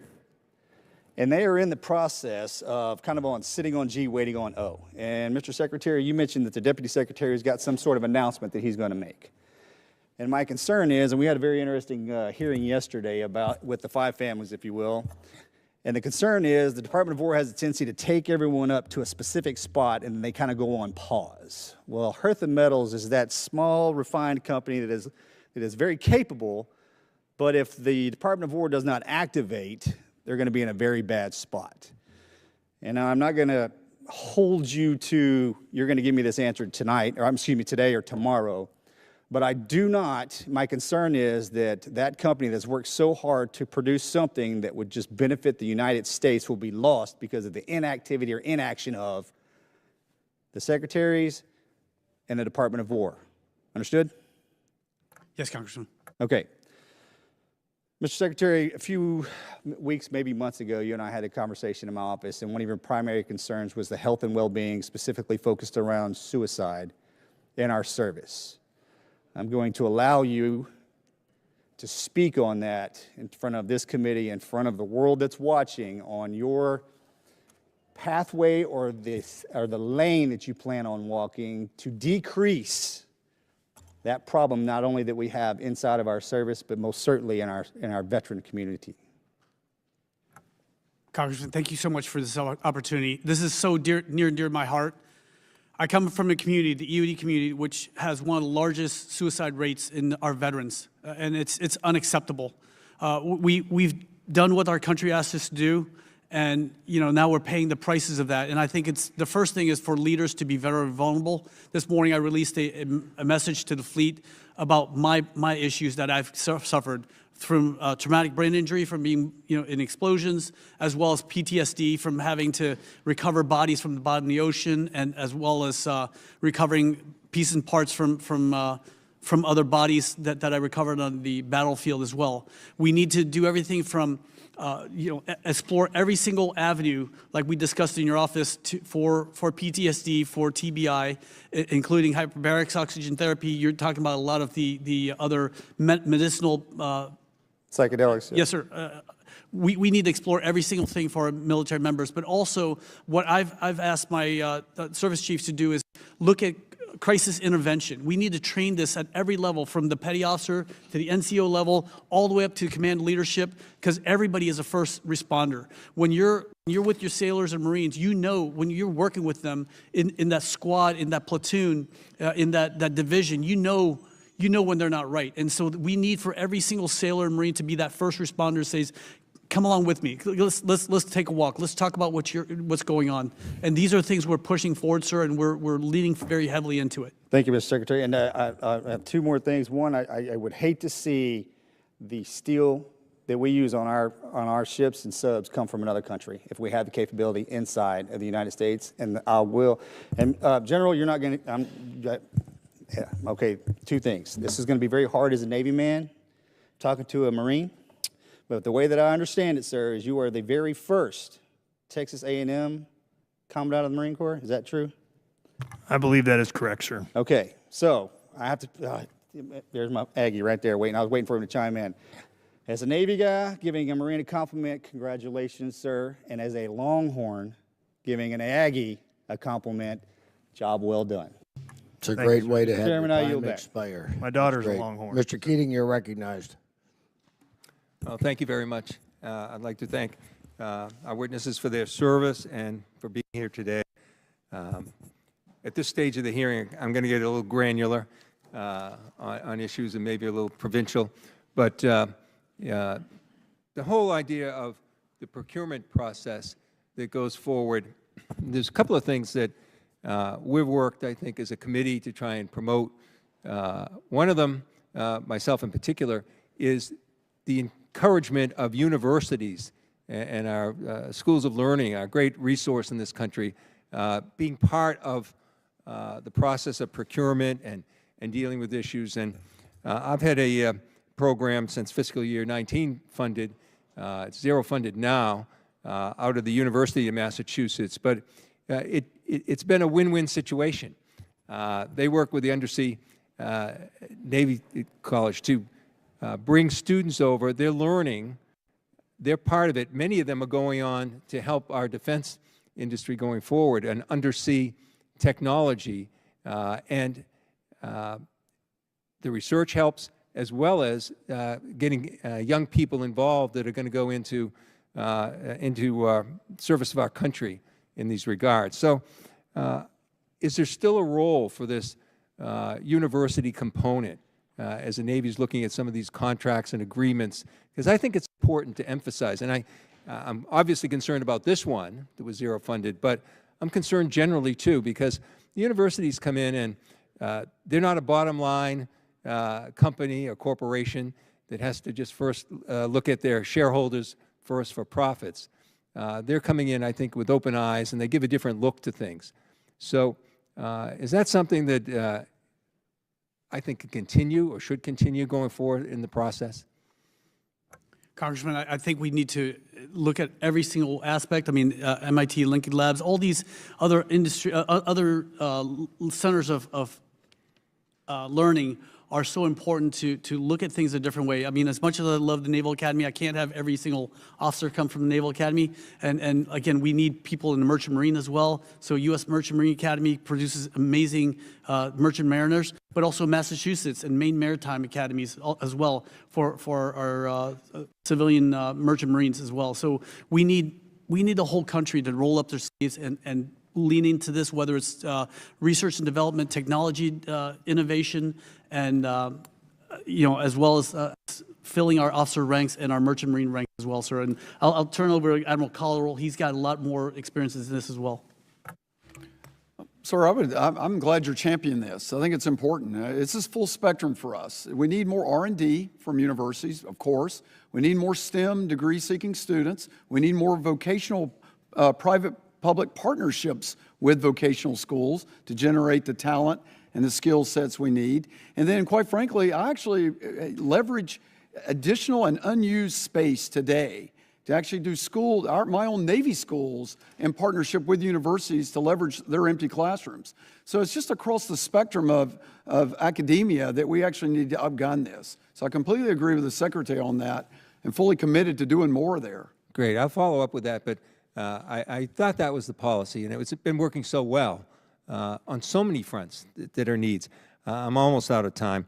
Another thing we're working on in procurement is just trying to get smaller companies involved instead of the larger corporations. And I had one in my district in New Bedford, and see if I can summarize this quickly. But they were told that unmanned warships were needed quickly. They ran through a competition called the Modular Attack Surface Craft Competition. And here's the concern with some of the smaller ones. And I'll just raise it, and you really don't have to answer it, but I just want you to hear it again. When they're doing this and they're trying to get capital in, these small companies, they're not like the large corporations in doing that. There's changes that occur in the process. So they're going into this with one prototype, and then after already selecting the companies, then they're moving to different prototypes. They're changing course.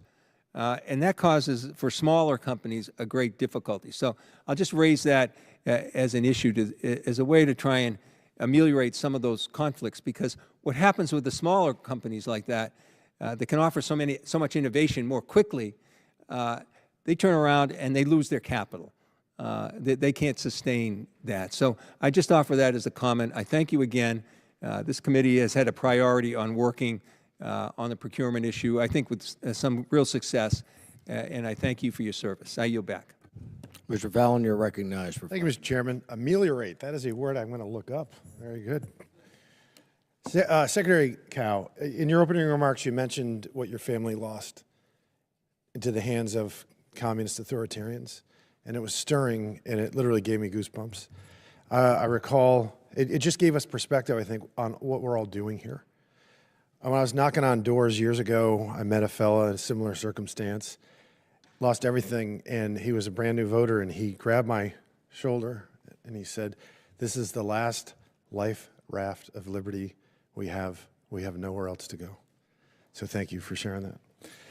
Secretary Cal, you also mentioned you've known Rob Goucher, Admiral Goucher, for 36 years. The starting center for my high school football team was a fellow named Rob Goucher, which means by math, I know I've known him 41 years. So I gotcha. Looking over the materials to prepare for this hearing, I still noted that the afloat manning requirement were 20,000 shy. And we had missed recruiting goals in the past, and we hit them now. What I'd love to do is ask you and Admiral Caudle what you think, how we can help you and what you're all doing to ensure, number one, that we continue to meet our recruiting goals. Thank you so much for just all your comments, Congressman. Last year alone, we exceeded recruiting by 8,600 new entrants into the Navy, above what we did in previous years. This year, we're well above we're going to meet above 11,000 more entrants. But we need to pay these guys, and this is why we need to pass this bill, sir, so that we make sure that we're giving the retention bonus and the enlistment bonus as well, and keep them in, as well as providing safe, clean, comfortable housing for them at the same time, getting them the right training they need. And so that's why I'm asking this body to please pass this bill, because we need it in order to pay our debt to these young men and women who raised their hands. And I want to add to give it over to Admiral Caudle for anything he might want to add. Just real quick, you know, mission improves our recruiting and retention. People love what they do in the Navy. You will see record retention coming from the Forward Strike Group. It's just the opposite of the lay people think. You know, as the Secretary said, they're not coming back head held low, they're prideful. And so our mission is what's recruiting and seeing record retention. But if any ask I would give you, when you grow the force the way we have with 10, 11, 12,000 additional recruits, my A school, C school pipeline can be impeded by infrastructure requirements. So, you know, I need the infrastructure money to improve the barracks at my schoolhouses to make sure they got a place to sleep without being forced to a room. Well, Admiral, I appreciate your comments about the most valuable resource you have is your sailors and their heartbeat of the Navy, and I fully agree with that. General, it was great to see you again. I very much enjoyed meeting with you and your staff, high performers all around. Can you visit with me a little bit and the committee on being the one branch that has met the recruiting goals every year, why you think you did that, and what best practices you can share with the other services? Well, sir, we have a systematic recruiting system. We have a professional recruiting force, which combines with those Marines who are assigned to recruiting duty. We hold them accountable for their mission, just like we hold all Marines accountable for their mission, and we reward them when they successfully complete a recruiting tour, and we relieve them when they don't meet their mission. I mean, it is a simple, you're required to go recruit this many people. If you fail that mission, we relieve you and move you on. If you successfully complete it, you're rewarded and you're sent back to your MOS. We have a professional element of our recruiting force. We call them 84 Wonderfuls, 84 12s. They are full-time recruiters, so we combine full-time recruiters with those who are sent out through the recruiting school. We have a very professionalized recruiting force. We do systematic recruiting. You make so many phone calls, you get so many contacts leads to so many contracts. We have great relationships with our high schools. We have full and open access to high schools, and our recruiters are just working hard. They're Marines. They don't know how to fail. Hoorah. In the time we have left, Mr. Secretary, pilot retention, can we talk a little bit about that, what we need to do? Or Admiral, want to just jump in there real quick, because I noticed that we're having a little bit of an issue with that as well. Again, sir, it's going to be about the retention bonuses and reducing the PCS, but I'll turn over to Admiral Caudle real fast, sir. Thank you. Sir, it is a problem. That's our critical point of all of our communities at the department head level, where we get them to sign, and then we got them for, you know, a career.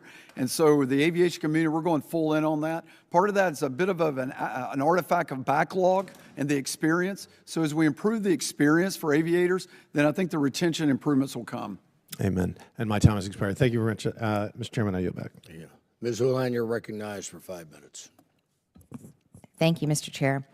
Secretary Cow, you made some really interesting statements in 2024 in a debate that you had with Senator Kaine. You said, what we need is alpha males and alpha females who are going to rip out their guts, eat them, and ask for seconds. Those are young men and women that are going to win wars. Mr. Secretary, did you say that? And do you stand by that?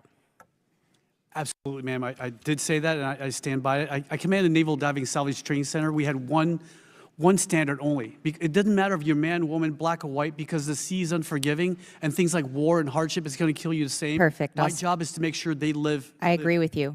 Yes, ma'am. And I'll stop you there. Mr. Secretary, it is really wonderful to hear that you're supportive of everyone serving in the military, brown, white, black, or women, as you mentioned, especially the alpha ones, and I agree with that as well. I was wondering if you might share that support of those kinds of people, women included, with Secretary Hegseth, because it seems as though he has a very different perspective on that.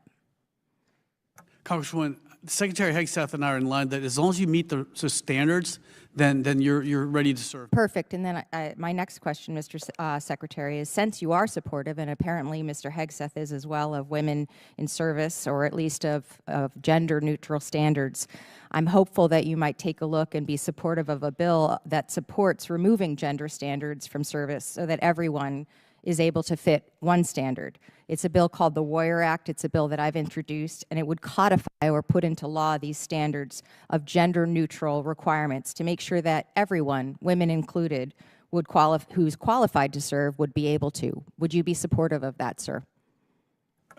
Congressman, if they meet the standards in accordance with the rules and regulations, then again, I'm not a member of this House, so I can't support or not support. I would love it if you would take a look at that, because it is not without precedence that people such as you are supportive of ideas that come out of the Congress, and this Warrior Act is something that, given your stance on these issues, I would imagine that you would be supportive of, and it sounds as though, given your relationship with Mr. Hegseth and your understanding of his belief, that he should also be supportive of it as well. Sometimes, unfortunately, we actually have to put things in law that are common sense, and I would love it if you take a look at the Warrior Act. Similarly, one of the things that's frustrating to me, and it's come up in this conversation quite a few times, is that it's totally true that we need to be the most lethal force in the world in order to be successful. But we have, for whatever reason, begun to undermine the fact that bronze is not enough, that we also need to have brains to be able to be successful in the military, and that technology and STEM education and all of those kinds of things are just as important as having somebody who's strong enough to carry a person. And one of the things that I'm really frustrated by in these conversations is we have maligned education, we have maligned research, we have maligned all of the things that make it possible for us to not only have lethality in our bronze, but also lethality in our brains.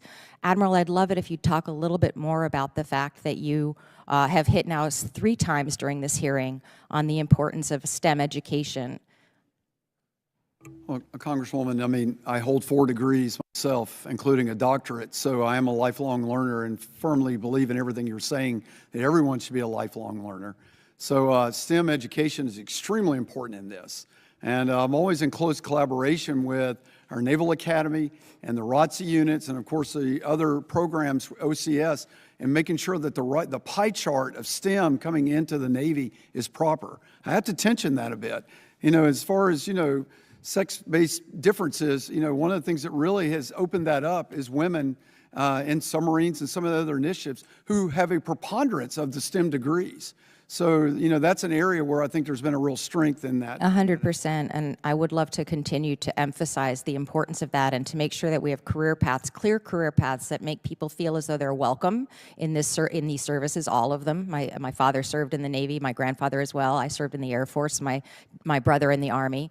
But I also want to make sure that we stop and knock off the nonsense of maligning places like Harvard or MIT. Those things have both come up now. We work so hard to be not just the best military in the world, but also to have the best schools in the world. And it's really, really important that we do that as well. I appreciate your time, gentlemen, and I yield back.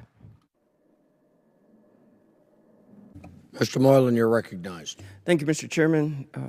Mr. Secretary, congratulations. I'm glad we had the opportunity in your previous position, but I understand you're still holding that as well as being the S-Dog for our Indo-PACOM area. It's a wonderful experience I've had with you. I appreciate the visits that you have gone to Guam and the conversations that you had, making sure Indo-PACOM is really protected. I'm very proud and I'm very happy that you're selected for the Secretary. Thank you so much. Admiral, I want to say thanks for mentioning the submariners on Guam. I tell you, I had a few conversations with a few of them, young folks too, and some of them even married on different ships, but it's really interesting how excited they are to be in the submarine, because in Guam, once you pull out the dock, you just go out a little drive and you're down deep as fast as possible. It's quite exciting. They tell me all about it. I wouldn't want to get on that sub. I'm an Army guy, but I'm glad they're there, and I appreciate your support in the Indo Pacific area as well. General, thank you. Guam has had a great experience with the Marine Corps since World War II. We're looking forward to the Marines coming on back as we continue to do the buildup. Camp Ben Boss, our first Marine general from Guam, fine name for that camp. And driving down Marine Corps Drive, I'm looking forward to seeing the Marines occupy that camp as soon as possible. So I thank the Marines, and I'm glad we had this, and I thank you all for your interest in the most western soil of the United States of America, that being Guam. Thank you so much for that. Secretary, we had the opportunity, I thank you for coming to my office also with Assistant Secretary Rogers. We were discussing the housing issue on Guam. As we had this buildup, we're a small island, it's quite difficult to keep up with the demand of housing. So we roughly have $300 million that's been requested for housing construction in Guam for 2027. And can you discuss what are your efforts for your department on taking to reducing the military demands on the housing market in Guam, and can provide us some more updates how the department plans to reduce reliance on existing housing stock while accommodating more focus stationed in Guam? Congressman, thank you so much for your kind words. I mean, what an amazing country this is, that 51 years ago when I landed in Guam as a refugee, that I came back as a senior defense official Guam. And only in America can something like that happen. And I think that God is kind of laughing. The Lord is kind of has a sense of humor in this.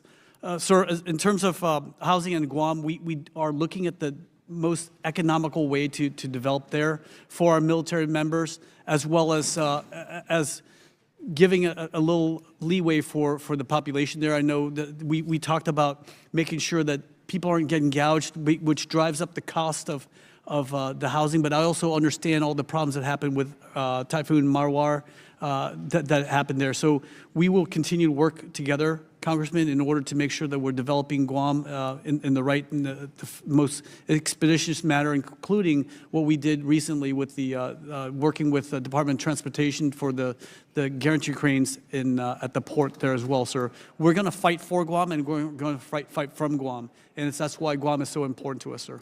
Thank you for that. Also, in addition to the housing, we have the power situation. We're so small, right? We're sharing with the Guam Power Authority, but we're also talking about the small modular reactors.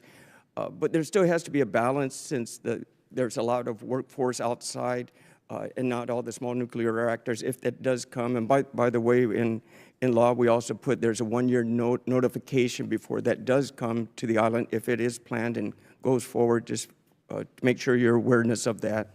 But how do you plan to work the Guam Power Authority into your plans as we build up the power grid needs? Congressman, again, we need power for the defense of Guam with all the Guam defense systems out there. So we will work hand in hand with the government of Guam in order to ensure that we stabilize the energy there, as well as secure it. I mean, as you know, the Chinese have been trying to hack into Guam for years, and so we need to secure the IT infrastructure in Guam as well, while we're securing the water and the power supplies for the island. Thank you, Mr. Secretary. General, are the Marines coming to Guam? Give us an update. Sir, we are. We are building out Camp Blas, as you know. We're going to occupy that in accordance with the DPRI, the Defense Posture Review Initiative, but we are coming to Guam, and we're excited about it. Thank you. Looking forward to coming back to Guam and staying on Guam. Yes, sir. Thank you. Mr. Chair, you back. Mr. Golden, you're recognized. Thank you, Mr. Chair. Good morning, gentlemen. I have to confess I was a little bit dismayed to see that the President's budget request included procurement for only one destroyer, down from the usual 2 or 3 under previous administrations. I heard just yesterday from General Dynamics in a public setting that this weak demand signal, if approved by Congress, would trigger layoffs at Bath Iron Works as soon as next year. So imagine my surprise when I next received the U.S. Navy Shipbuilding Plan, which said the department seeks congressional authority to build ships with foreign labor in foreign yards. And, sir, I've read the plan. You aren't just proposing sending American workers to learn from foreign builders, which, as an aside, I don't think you would want to go to a yard of American workers and tell them that you think they need to go overseas to learn their craft. On page 37, it says you want to build hulls in foreign yards, and you specifically say you intend to seek authority in this year's defense bill to build entire ships and hulls of others overseas. Stop and think about that. In the same year that American shipbuilders might get laid off, the U.S. Navy wants to employ foreign workers. Good luck selling that as anything but a one-for-one trade-off. I can't believe the Navy would even consider it, and it would be an absolute shame if the Congress approved it. Secretary Hegseth was before this committee just a few weeks ago, and we talked a little bit about shipbuilding, so I've already heard a part of the justification, the backlog of ships. I don't blame the Navy for wanting more surface ships in the fleet, but, sir, there are no shortcuts to building a first-class combatant ship. I've stood on foreign ships before, and compared to ours, I thought it felt like it was made out of plastic. I kid you not. I think you'd have a hard time going to your sailors and asking them how they feel about going into a fight, essentially on a hunk of junk. I would challenge the administration to claim that American shipbuilders don't build it best, especially the shipbuilders from my state, where everyone knows the phrase, "Bath built, best built." There's many levers the Navy could pull to speed up ship construction. But you know what you absolutely do without, and that's experienced shipbuilders that know how to build it right. Walk the shipyards and talk to the workers, and you will get a sense that the work going on there stands upon the shoulders of generations of shipbuilding knowledge, and the skill set to build top-notch ships at pace just doesn't happen overnight. The country needs to protect this core national security asset, shipbuilders with the knowledge base and skill sets to build our naval fleet. The Navy sees an opportunity to build faster with foreign labor. I see nothing but risk. And given the justifications offered, I just don't see how the juice is worth the squeeze.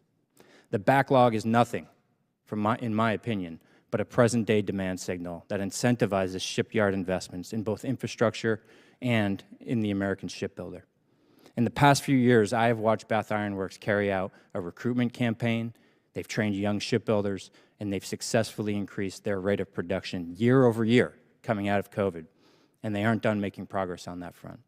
But now this proposal would literally pull the rug out from underneath them, and it's not just BIW. This proposal would send work overseas across multiple platforms. This administration has said over and over that it will prioritize American manufacturing. How could those goals possibly square with a request to offshore American fleet production? Every hull that gets sent overseas weakens America's shipbuilders, making it harder for them to maintain the capacity, knowledge, and technical skills necessary to build and maintain the fleet that your sailors are going to go to war in. This proposal weakens America's industrial base. It would weaken our American supply chains, and most importantly, it puts at risk the benefits of innovation that happen only on deck plates. And I'm not talking about engineers or AI. I'm talking about the type of innovation you get from a shipbuilder. To send any portion of our shipbuilding overseas would be a complete failure. There's no way I will support that proposal, and I hope that my colleagues in this Congress join me in opposing it. Even better would be for the Navy to withdraw it, rethink it, and come back with a plan to strengthen American shipyards. There's no way that you had much involvement in the drafting of this. It didn't happen in 3 weeks. But I'm going to forget trying to pull it out of my memory. But General Powell, I think, said in his 13 Rules of Leadership, when you come into a new command position, don't just go making changes immediately. And I can't quite remember if it's 30 days or 90 days, but I'll go with 30. After 30 days, sir, you own it. Thank you, Congressman. Again, we have 80 ships on contract and 59 in construction right now. And I just need for Bath Iron Works, if they can, again, I would love to add 10 destroyers in every year if we could. You guys can finish this conversation later. The gentleman's time has expired, and I know you will. Dr. McCormick, you're recognized. Thank you, Mr. Chair. It's great to have you all here. It's near and dear to my heart as both a Marine Corps and Navy veteran. Welcome and congratulations for passing 3 consecutive audits, and congratulations to your son for becoming a Marine Corps officer. I'm really excited about that. I'm a little jealous. Ronnie Jackson just had his son commissioned in the Marine Corps as well, as you know. And congratulations for having 4 degrees. I'm a little jealous of that too. One of the interesting things that came up, you expressed in your opening remarks, the greatness of having 3 Marine Expeditionary Units deployed at any given time to react to all the things that are going around the world. The Assistant Commandant came here and actually testified that we needed, basically, in order to sustain those 3 ARG/MUs, basically a 40-ship amphibious fleet. Do you agree with that? I do, sir. It's a combination of making what we have more ready and a combination of that combined with buying new. Okay. Admiral, one of the things I saw in your 40 amphib ships doesn't really match your plan. I looked at your plan, and the last time I saw the Navy's 30-ship building plan tops out at 35 amphib ships, and that is in 2055. Am I incorrect in any of that reading? Sir, I can tell you, you know, I think until recent, meaning within the last year, have we come and become aligned on 3.0. And so the Navy was committed to 31. And when we, really, realized, I am all about 3.0, that I needed some space to go understand the 4th generation process, losing the Bahama Shard hurt, all the things that we're doing to improve the readiness before I can land a full number. But if you just do 3.0 ARG/MU, that's 9 ships. And if you say a 4 to make 1 or a 5 to make 1, that lands somewhere between 36 ships and 45 ships. Yeah. So initial rough order of magnitude 40 ships, that can't be that far off. So when I'm a simple Marine, I only can get up to 20 because I run out of toes and fingers. So your degrees outmatch my fingers in many ways. But when I turn to the Secretary, who I consider a friend and I've spent time with, and I say, how do we reconcile those numbers when our best ship contract is 6 months behind and, and about 150% over budget? And we do have shipping problems here in America. And I get the challenge where we've fallen behind. I went to Japan and Korea recently and looked at their shipbuilding. What are they doing differently? How they modernize, how they've gotten better at us than us. I mean, they deliver almost every ship under budget and on time. We never do that. And our shipping industry has basically clapped on itself. No offense to the guys who do it, but we're obviously not doing something right. And so I applaud you for thinking outside the box. Whatever the answer is, bringing in their abilities, bringing in their technologies, bringing in their management skills, whatever it is, we need to change business, obviously. I'm trying to ask the Secretary, how do we reconcile the difference between 40 and 35 ships, and how do we get back on time? It's not just the way we contract, it's the way we build. How do we reconcile that? You're absolutely right, Congressman. Again, we put out a 30-year shipbuilding plan, but we have to really be honest and say we need to concentrate in 5, 10, and then change for 15. This is a living document that we need to continually evolve and change to based on what the industry can produce. And this is why we need to look at every single lever, every single opportunity to make things better, faster, through AI, through added manufacturing. Things will change a great deal, sir. In 5, 10 years, we're going to get the industry going, and we will crank out these ships, including amphibious ships and destroyers as we need them, sir. I like the positive thought, but I was just looking at the recent fiscal year 27 budget. I noticed the LHA 8 and 9 are both a year behind now. And we obviously, that's exactly what we're talking about right now, is an amphibious fleet. And I know the positivity's there, but I'm looking for, I don't care if we have to build ships overseas or whatever, but I want to bring that technology back. I want to bring that know-how back. I want to bring work ethic back. I want to bring all the things back to America that made us the leaders in the world originally. What is the specific plan to get American production back on track? Love our ship workers, but something's broke for sure. That would be more shipyards, Congressman, and more getting the youth to come in. We're looking at 540,000 jobs in order to build all these ships, not just our warships, but also commercial ships.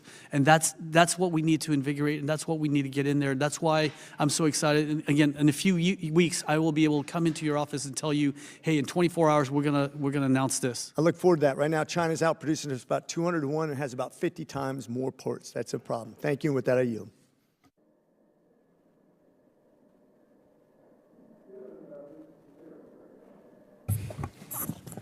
Thank you, Mr. Chairman, and thank you all for being here today. It's good to see you. Admiral, the Secretary was here, Secretary Hegseth here a couple weeks ago. I asked him about the extension of the USS Ford Carrier Strike Group that had been extended. And I asked him, which I didn't think was a satisfactory answer that he gave, right? What did the Navy tell him when they were modifying the gift map to extend, the Ford going to the Med and then down to South America, and then obviously at the end here doing operations in the Persian Gulf, crossed the equator multiple times. If there's a polywog left on that ship, it's going to surprise me. But what concerns did you raise during that process when they were modifying the gift map, and what are the ramifications going to be for it being extended out for over 300 days? Sir, if you Google me and extensions, you'll see extensive articles out there on my pushback on extending any ship. It has detrimental impacts on our force readiness, on families, on sailors, the quality of their life, things that they miss, and the wear and tear, and then just the additional cost. But when we need military options for the sea, we have to utilize what we have. We fight with the Navy we have. And so we make those risks apparent to the chairman. He carries those up echelon to the Secretary of War. We clearly articulate the impacts of that, and the hard decisions are made. And when it's made, we move out. And then we conduct those operations, and you see our sailors rise to that occasion. And believe me, I know our sailors and our Marines and all our forces, right, are going to rise. They're going to do what needs to be done whenever the situation calls for it. I have no doubt about that. But, when you look at the situation, you had two other carriers around there. You had an ARG and another ARG on the way. Really, did the Ford need to be there? Absolutely, sir. 100%. And why is that? Why did we need more than one carrier group, strike group there to kind of do it? If this wasn't the, and to going back to historical times here, right? This wasn't the Japanese during World War II. This wasn't the Spanish Armada, in the early 16th century. This was a small naval force. With the Iranians, right? This wasn't a huge military force that we were facing. Why did we need 3 strike groups and an ARG there to carry out this operation? Sir, the planners at U.S. Central Command and at Fifth Fleet go through detailed threat analysis to understand that the actual axis and threats, directionality, and the things that we can do as a combat force to make sure we have overlapping fires and protection for our forces requires a certain amount of force as force elements roll in and out in a make-before-break fashion. So that rolling amount of force has to be put in place. We don't evacuate the theater of operations before the next one comes in. That scheme of maneuver is delicate, it's balanced, and it's threat-based.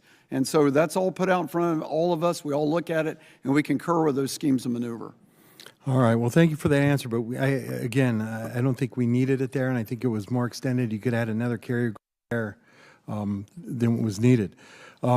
General, good to see you again. Hope your health is good. Yes, sir. I'm back to my fighting weight. Good. Glad to hear it. I'm a Gator sailor, very big on the ARG. Want to make sure that we get to what you need to be. And I know you're kind of, like you said, you're working towards this 3.0, but I didn't really get that was really, once we get there, that's where we need to be. What is it going to take beyond that, where you're trying to get to right now, to get to where you believe the Marine Corps and the ARG needs? Because we are constantly, again, the COCOMs, they're asking for the carriers, they're asking for the ARG out there, right? And right now we don't really, I think, have enough to supply what's needed. So what's going to be needed that you need to ensure that we can answer the call when needed? Well, sir, the Marines have the capability to provide a constant 3.0 ARGMU presence. We have the squadrons, the infantry battalions, the artillery batteries. What we're working on in concert with Admiral Caudle and the Navy is the ability to make our ships more ready, to make what we have more ready, because it's not just about the deployment, it's about the workup. Because as I often say, the first time you land on a pitching rolling deck shouldn't be at night on your way to a fight. You got to have a 6-month workup, or at least most of a 6-month workup, followed by a 6-month deployment. And then you have to have downtime, because those sailors and Marines, they signed up to deploy, but they also have families and they want to come home. And so the ability to man a 3.0 ARGMU presence is really our North Star.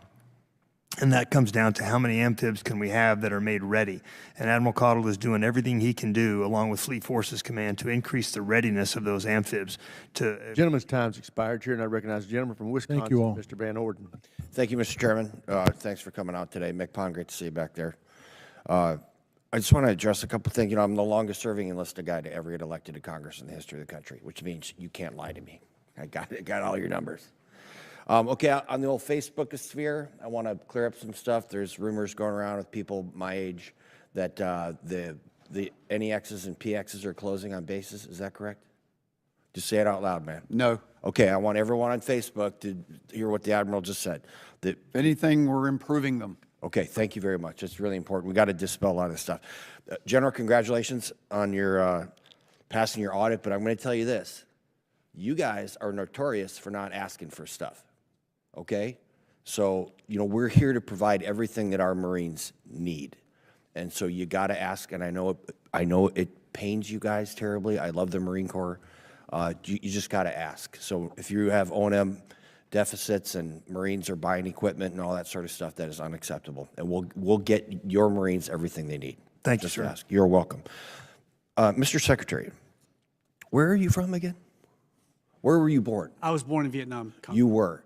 And when did you learn to speak English? At the age of 12, Congressman. At the age of 12. So you came here from Vietnam, and you became an American citizen. Yes, sir. And then you retired as a Navy captain. Yes, sir. Did any of that have to do with the fact that you're Vietnamese by birth?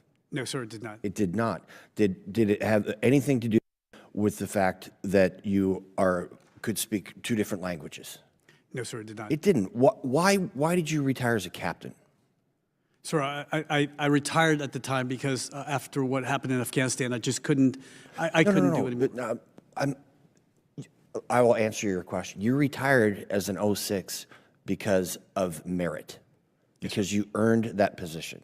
And I do need to make it real clear to some of my colleagues that the United States military is the last meritocracy, and it has to remain. We don't care that you were born in Vietnam. We don't care that you're a naturalized citizen. We don't care that you speak 2 languages. We don't care if you're a man or you're a woman, if you're black or you're Mexican. We don't care. As long as the military maintains that, and my Navy looks at people solely through the lens of meritocracy, then you're going to do great. I do want to bring up, I'm going to echo what my friend Morgan Luttrell said about suicide in the military and in the veterans community. I'm a chairman of a subcommittee on VA. Its economic opportunity and prevention of veteran suicide is one of my taskings, and I'll be honest, we are failing at it. The predominant problem that I've had in the past is with the Department of War in the transition assistance program. So a lot of our veterans commit suicide within that first 24 months after getting out of the military because you lose your uniform, your rank, and the joke with the wives is twice the husband, half the paycheck, you know.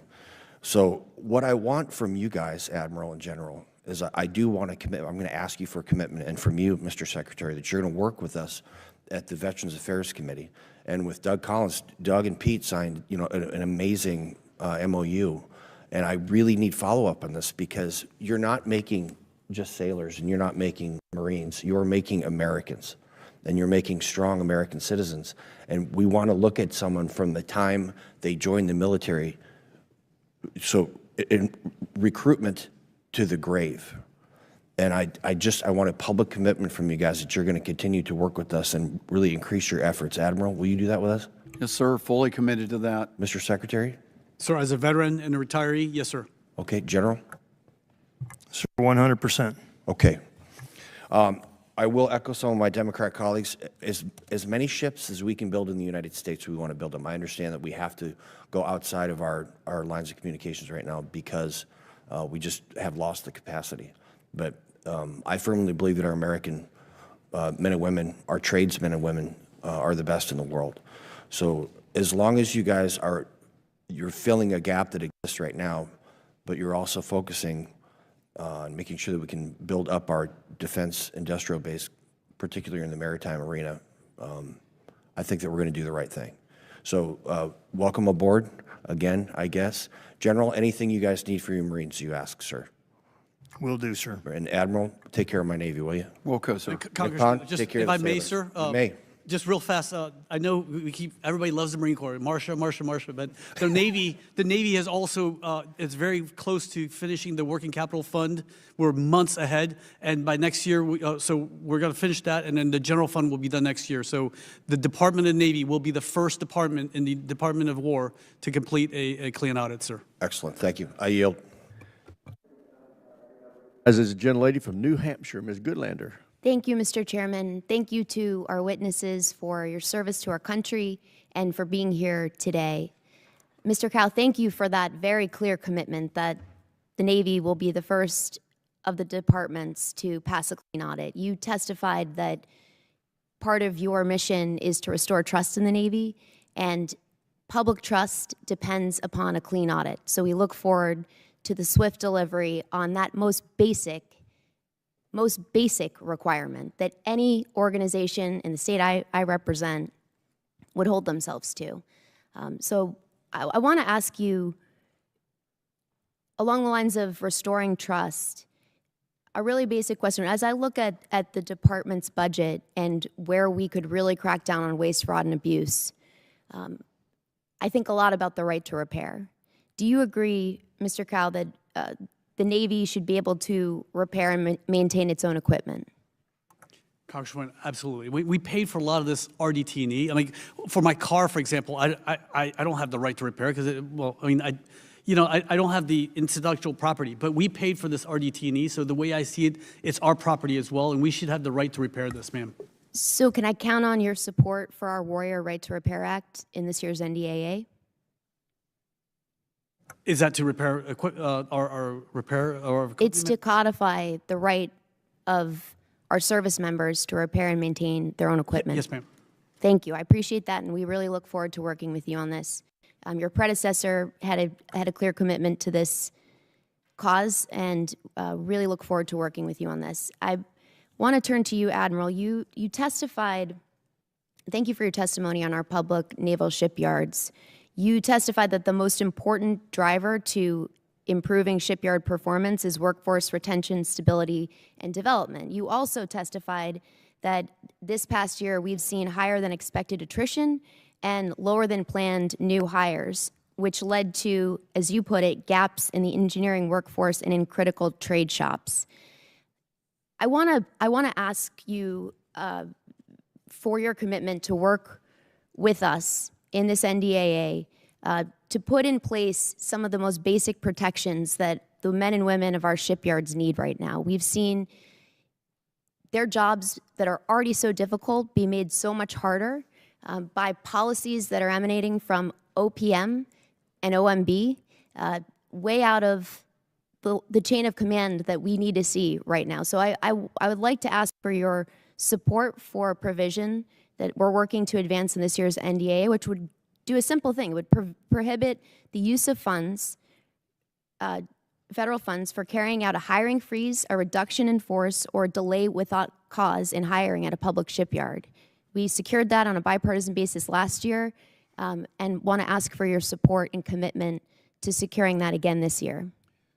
Congresswoman, anything that protects the over 37,000 shipyard workers at our 4 public yards, you have my full commitment on. They are a national treasure, and I'm fully committed to make sure they don't lose their job and make sure they're properly compensated as well.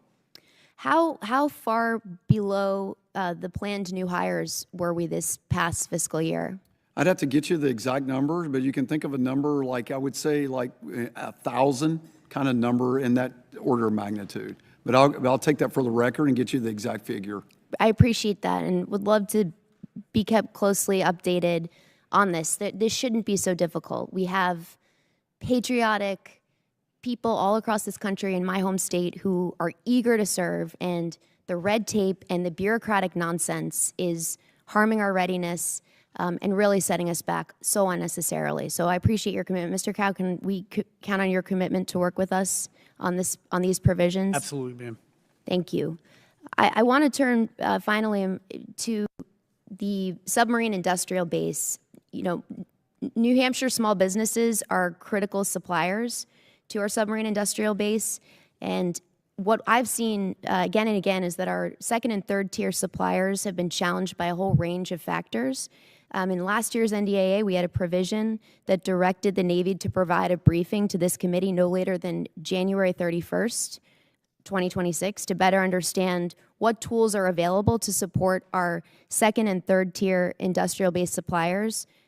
We still haven't received that briefing. Can you commit to us that we'll get that briefing this month?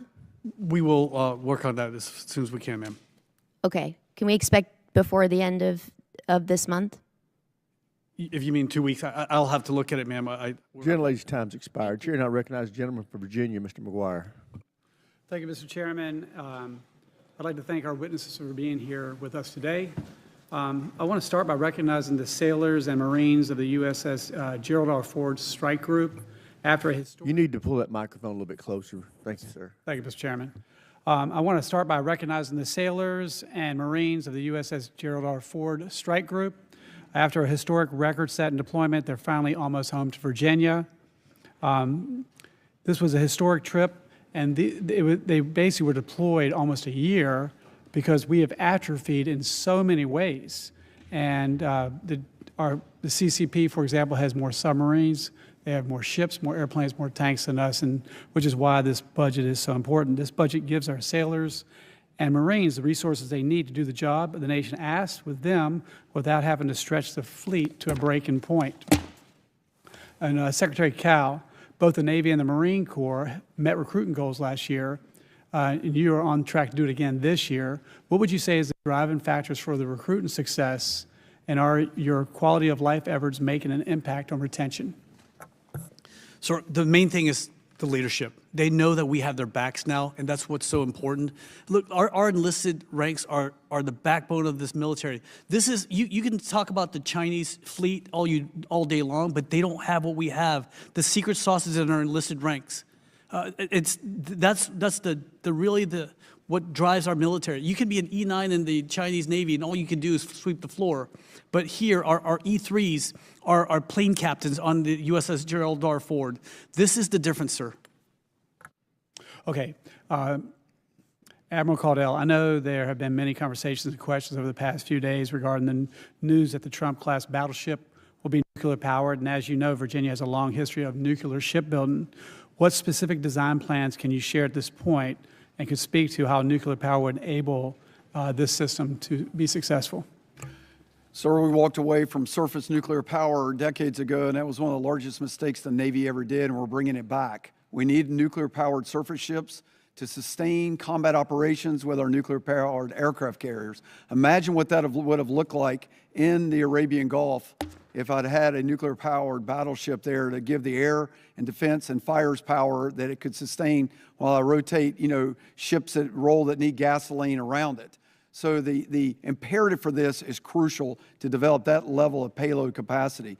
We intend to, with all we can do, use pull-through technologies. Things that we've worked on with DDGX. It will have the SPY-6 radar. It will have the Baseline 10 Aegis combat system. It will pull through, of course, the A-1B Ford-class reactor plant and all the design that goes with that. The only thing inherently new to it will be the actual hull itself.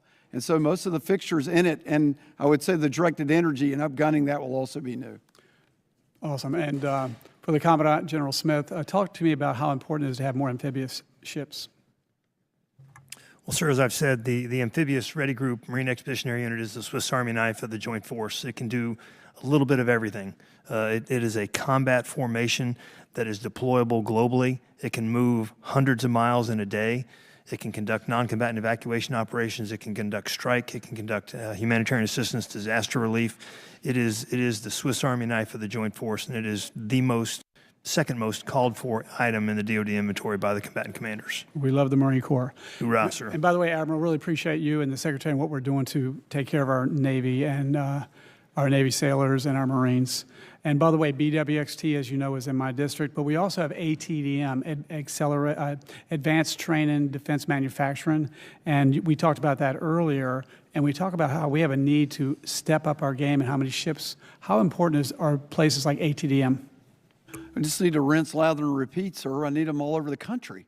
You know, people ask me what they can do to bolster our defense and maritime industrial base. That's the model. And so I need more of that so that we can expand the recruiting palette that the shipyards, you know, recruit from. Most shipyard workers come within 5 to 10, 15 miles from the shipyard. We need to have countrywide recruiting and development, and that's part of that plan that we need to do. Well, I agree with the Secretary, and I agree with my friend Derek Van Orden here, is that we want to build all ships and submarines and things in the United States, but we have atrophied for whatever reason. So we have to have partners, go there, learn what they're doing, and grow the American defense industrial base. We really appreciate all of your services. Thank you so much. That yield back. Gentleman yields back. Chair, and I recognize Jen Lee from California. Ms. Jacobs. Thank you, Mr. Chairman. Secretary Cow, the think tank CSIS estimates Operation Epic Fury cost roughly $900 million a day, about $3.7 billion in the first 100 hours, with 10 to 16 billion in munitions fired in the first 4 days. Your FY27 budget requests $82.6 billion for operations and maintenance from this committee. What portion of that is just buying back what we shot in Epic Fury versus funding the Navy's readiness going forward? Congresswoman, thank you for the question. None of this budget was built before Epic Fury, this is why we will require supplemental in order to pay for all the munitions and the operations and maintenance that comes with it. Okay, because you know, with the fleet already 20,000 sailors short on sea billets, I'm concerned that this $340 billion is not actually going to be what you need in terms of buying the ships, the sailors, the magazine depth to sustain what will likely be a sustained CENTCOM presence for years in the Strait of Hormuz. So can you commit to deliver to this committee the department's current assessment of commercial shipping transit through the Strait under U.S. escort, Iranian acquiescence, or neither, along with the Navy's force generation plan for sustaining the presence required through FY27? Congressman, we will provide whatever information you need. Again, this is still an ongoing operation. As of yesterday, they're still launching over 100 one-man, one-way attack drones and more than 3 or 4 dozen cruise missiles at us. So the operations are still going on. You know, even though there's a ceasefire, they're still firing at us, ma'am. Sure. I mean, but the president said it was over, and now you're saying it's ongoing. So you can understand why we, as the committee that's trying to figure out what you're actually going to need some more information from you all. Yes, ma'am, absolutely. But yes, our operations, our kinetic operations have finished. We're just protecting other people, and that's what we're doing with that. The Iranians are still shooting at Allied shipping and just being belligerent, ma'am.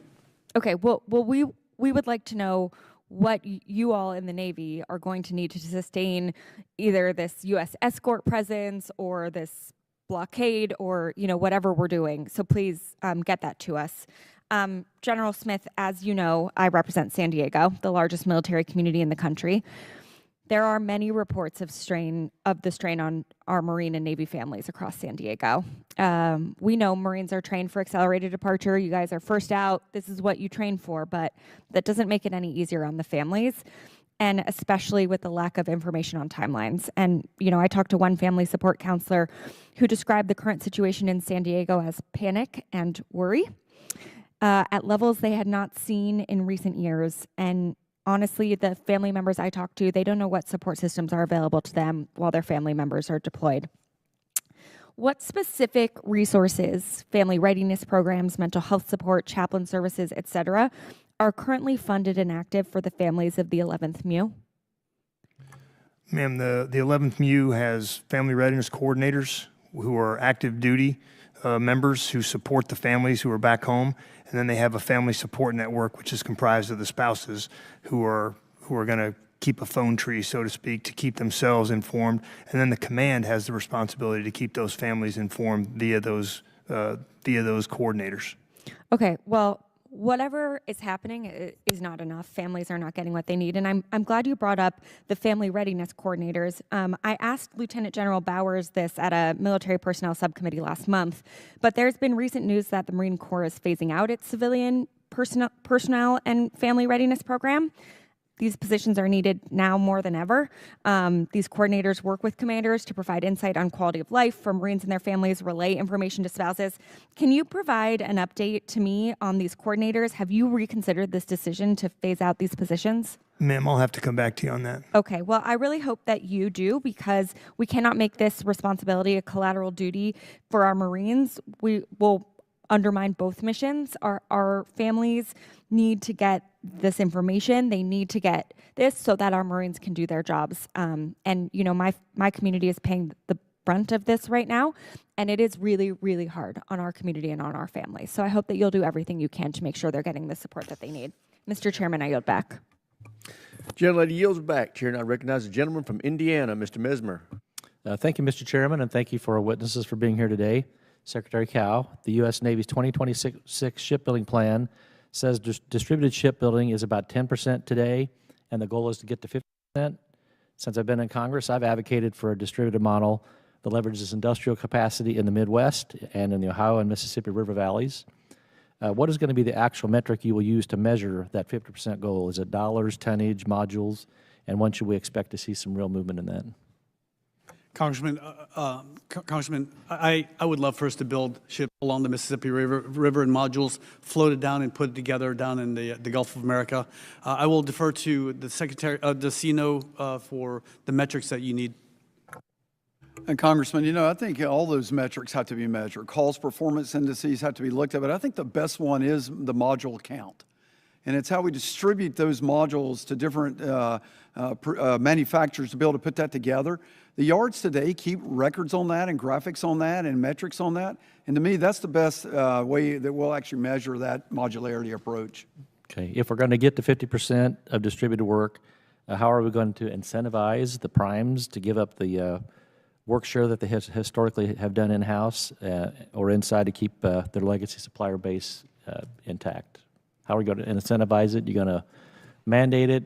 I mean, how are we going to get from where we are today to more modules? Well, you know, that's going to come through collaboration and partnerships, contractual strategies that incentivize, talking about how they, you know, we actually improve refacilitization with additional partners to actually get into the game.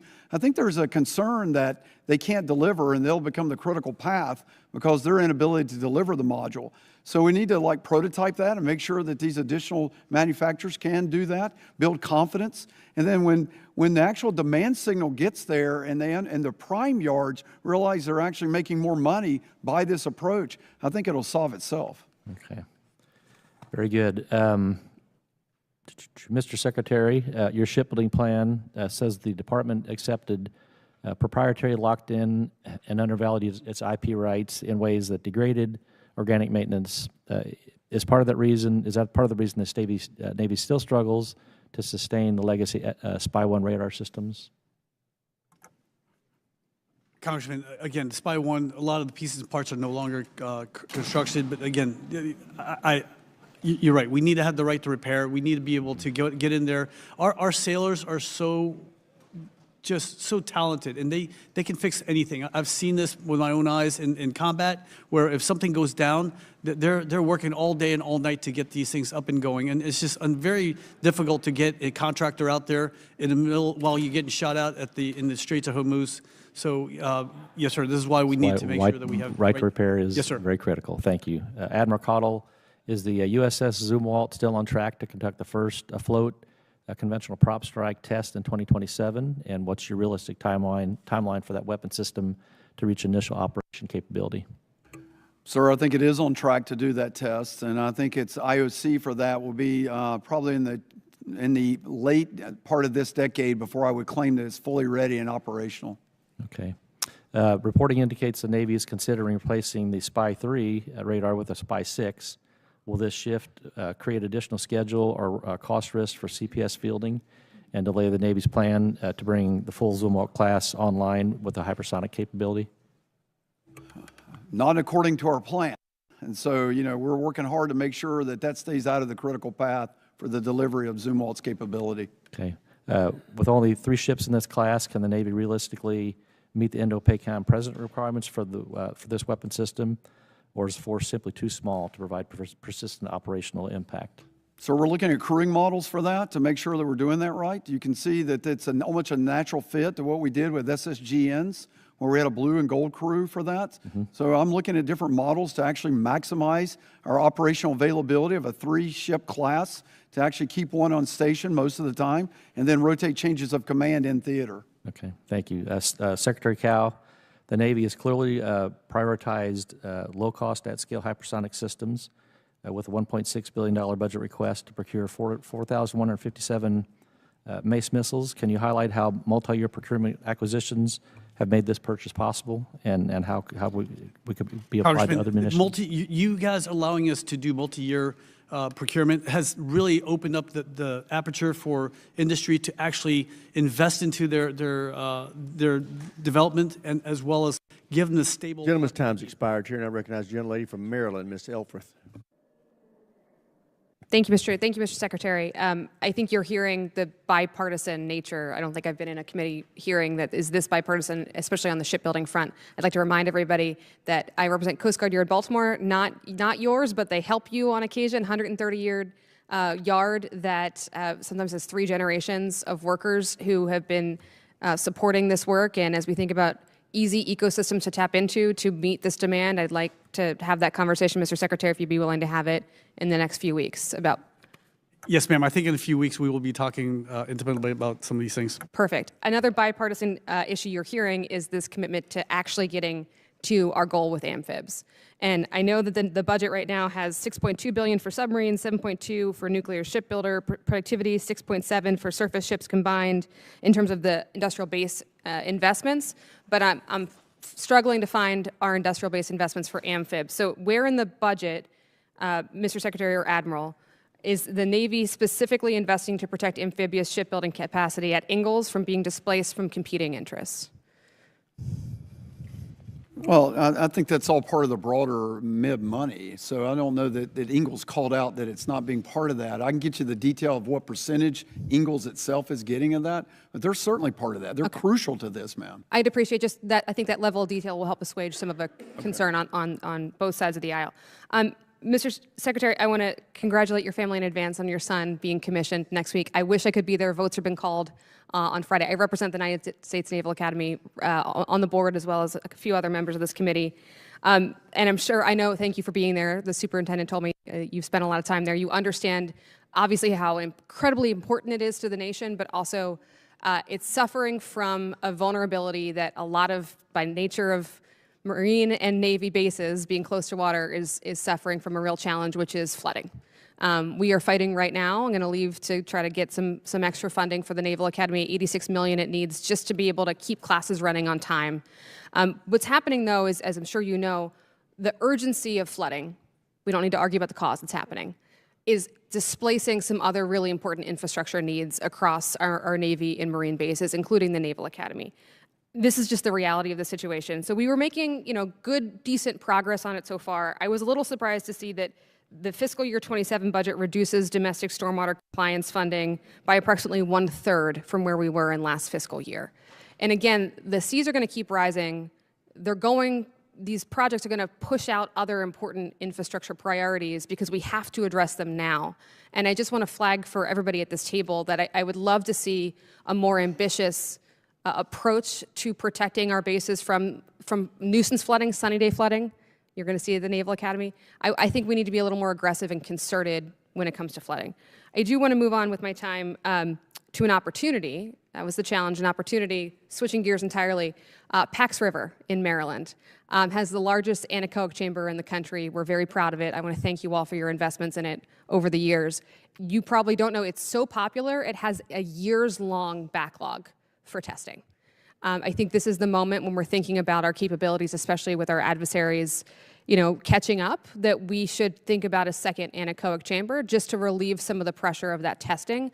I would love to invite you all to come down to Pax River. I know Congressman Hoyer this has been his life's work, to come down and see that anechoic chamber. Can I have time is of the essence, but I understand you're busy. I would love to show you that and try to figure out a way to get that second anechoic chamber built for our warfighters.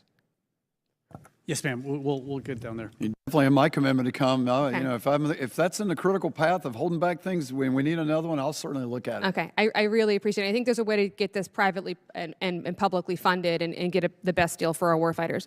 I have one more question that I'm just going to off the cuff this, because we've been talking about partnering with our allies like Finland and Korea to meet the moment that is required of all of us to get this shipbuilding kickstarted again in this country. If you were sitting on our side of the table, though, think you heard some skepticism and some intrigue.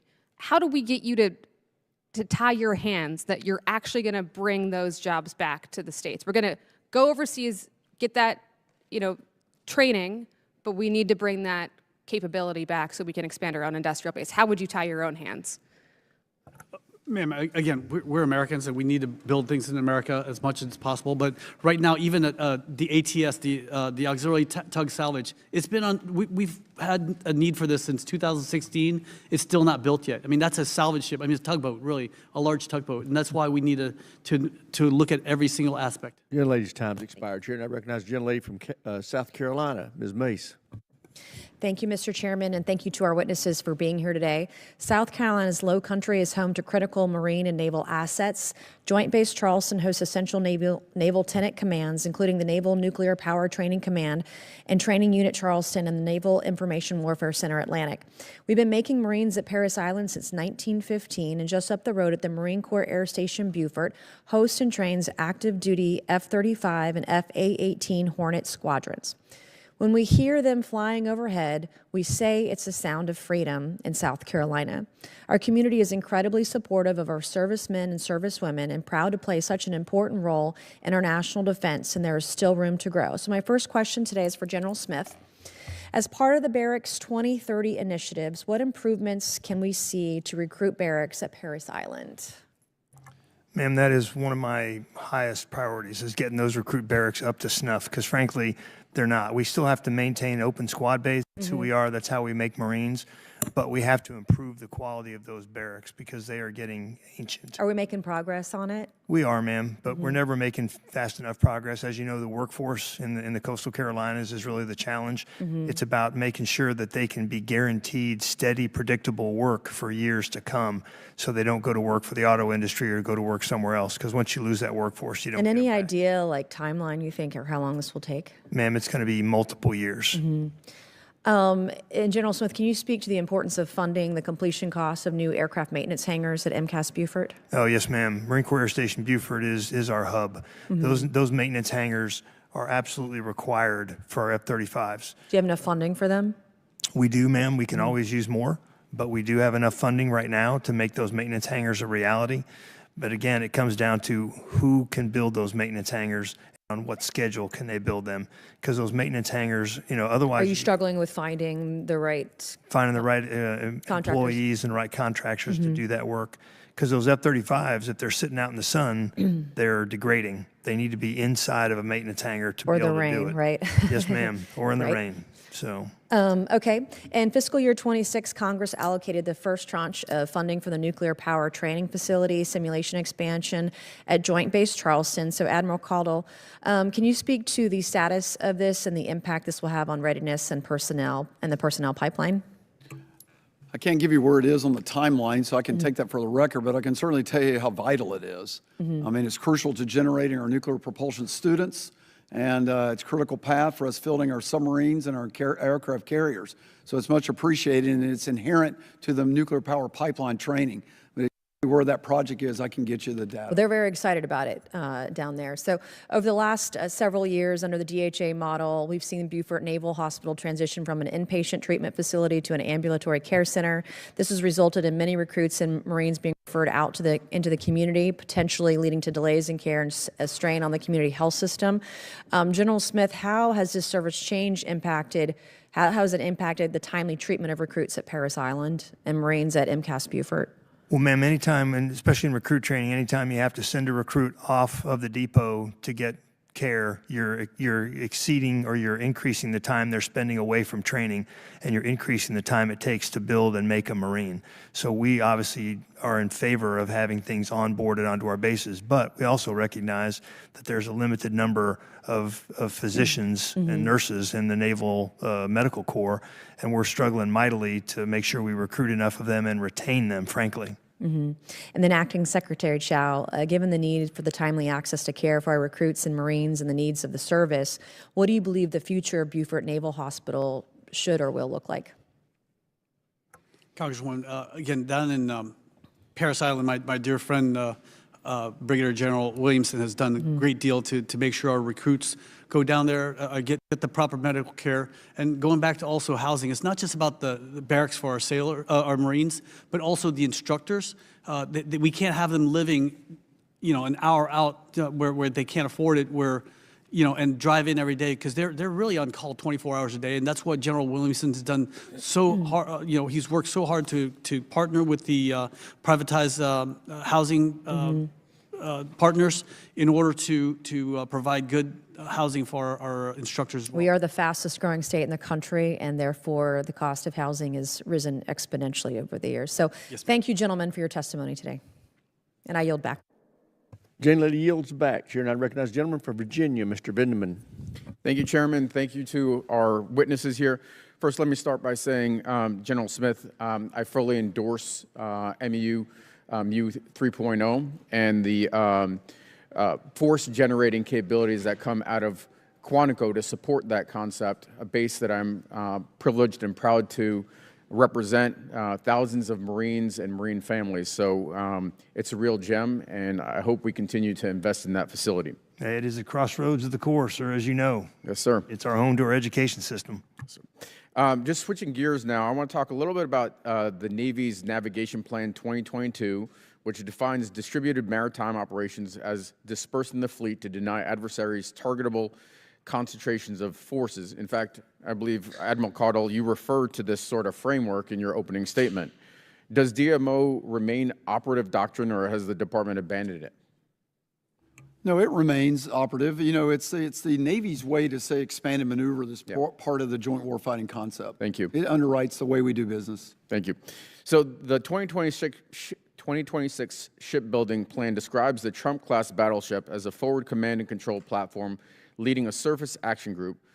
Does concentrating command authority, offensive fires, nuclear reactor into a single 35,000-ton hull advance DMO's core principle of denying adversaries high-value targets, Mr. Secretary? Congressman, the nuclear battleship would basically be able to bring firepower very quickly to a place. I mean, we were able to move the Ford carrier strike group from the Ford, went from Venezuela to the Mediterranean. I got it, but you're concentrating all of that into one hull, at one massive hull. And so I'm a former Army guy. I'm not an expert in naval warfare, but I'm going to quote retired Admiral James Stavridis, former NATO Supreme Allied Commander, who wrote in Bloomberg about the proposed battleship that, given today's drone swarms, stealthy submarines, hypersonic missiles, advanced torpedoes, offensive cyber weapons, putting lots of eggs in a handful of baskets doesn't make sense. China can field dozens of DF-26 ballistic missiles for under $1 billion. These are really about $20 million per missile. A single Trump-class battleship is estimated to cost $17 billion. What is the department's assessment of that cost exchange ratio, and has any independent wargame concluded that a vessel costing 1,000 times more than the missile designed to sink it represents a sound investment?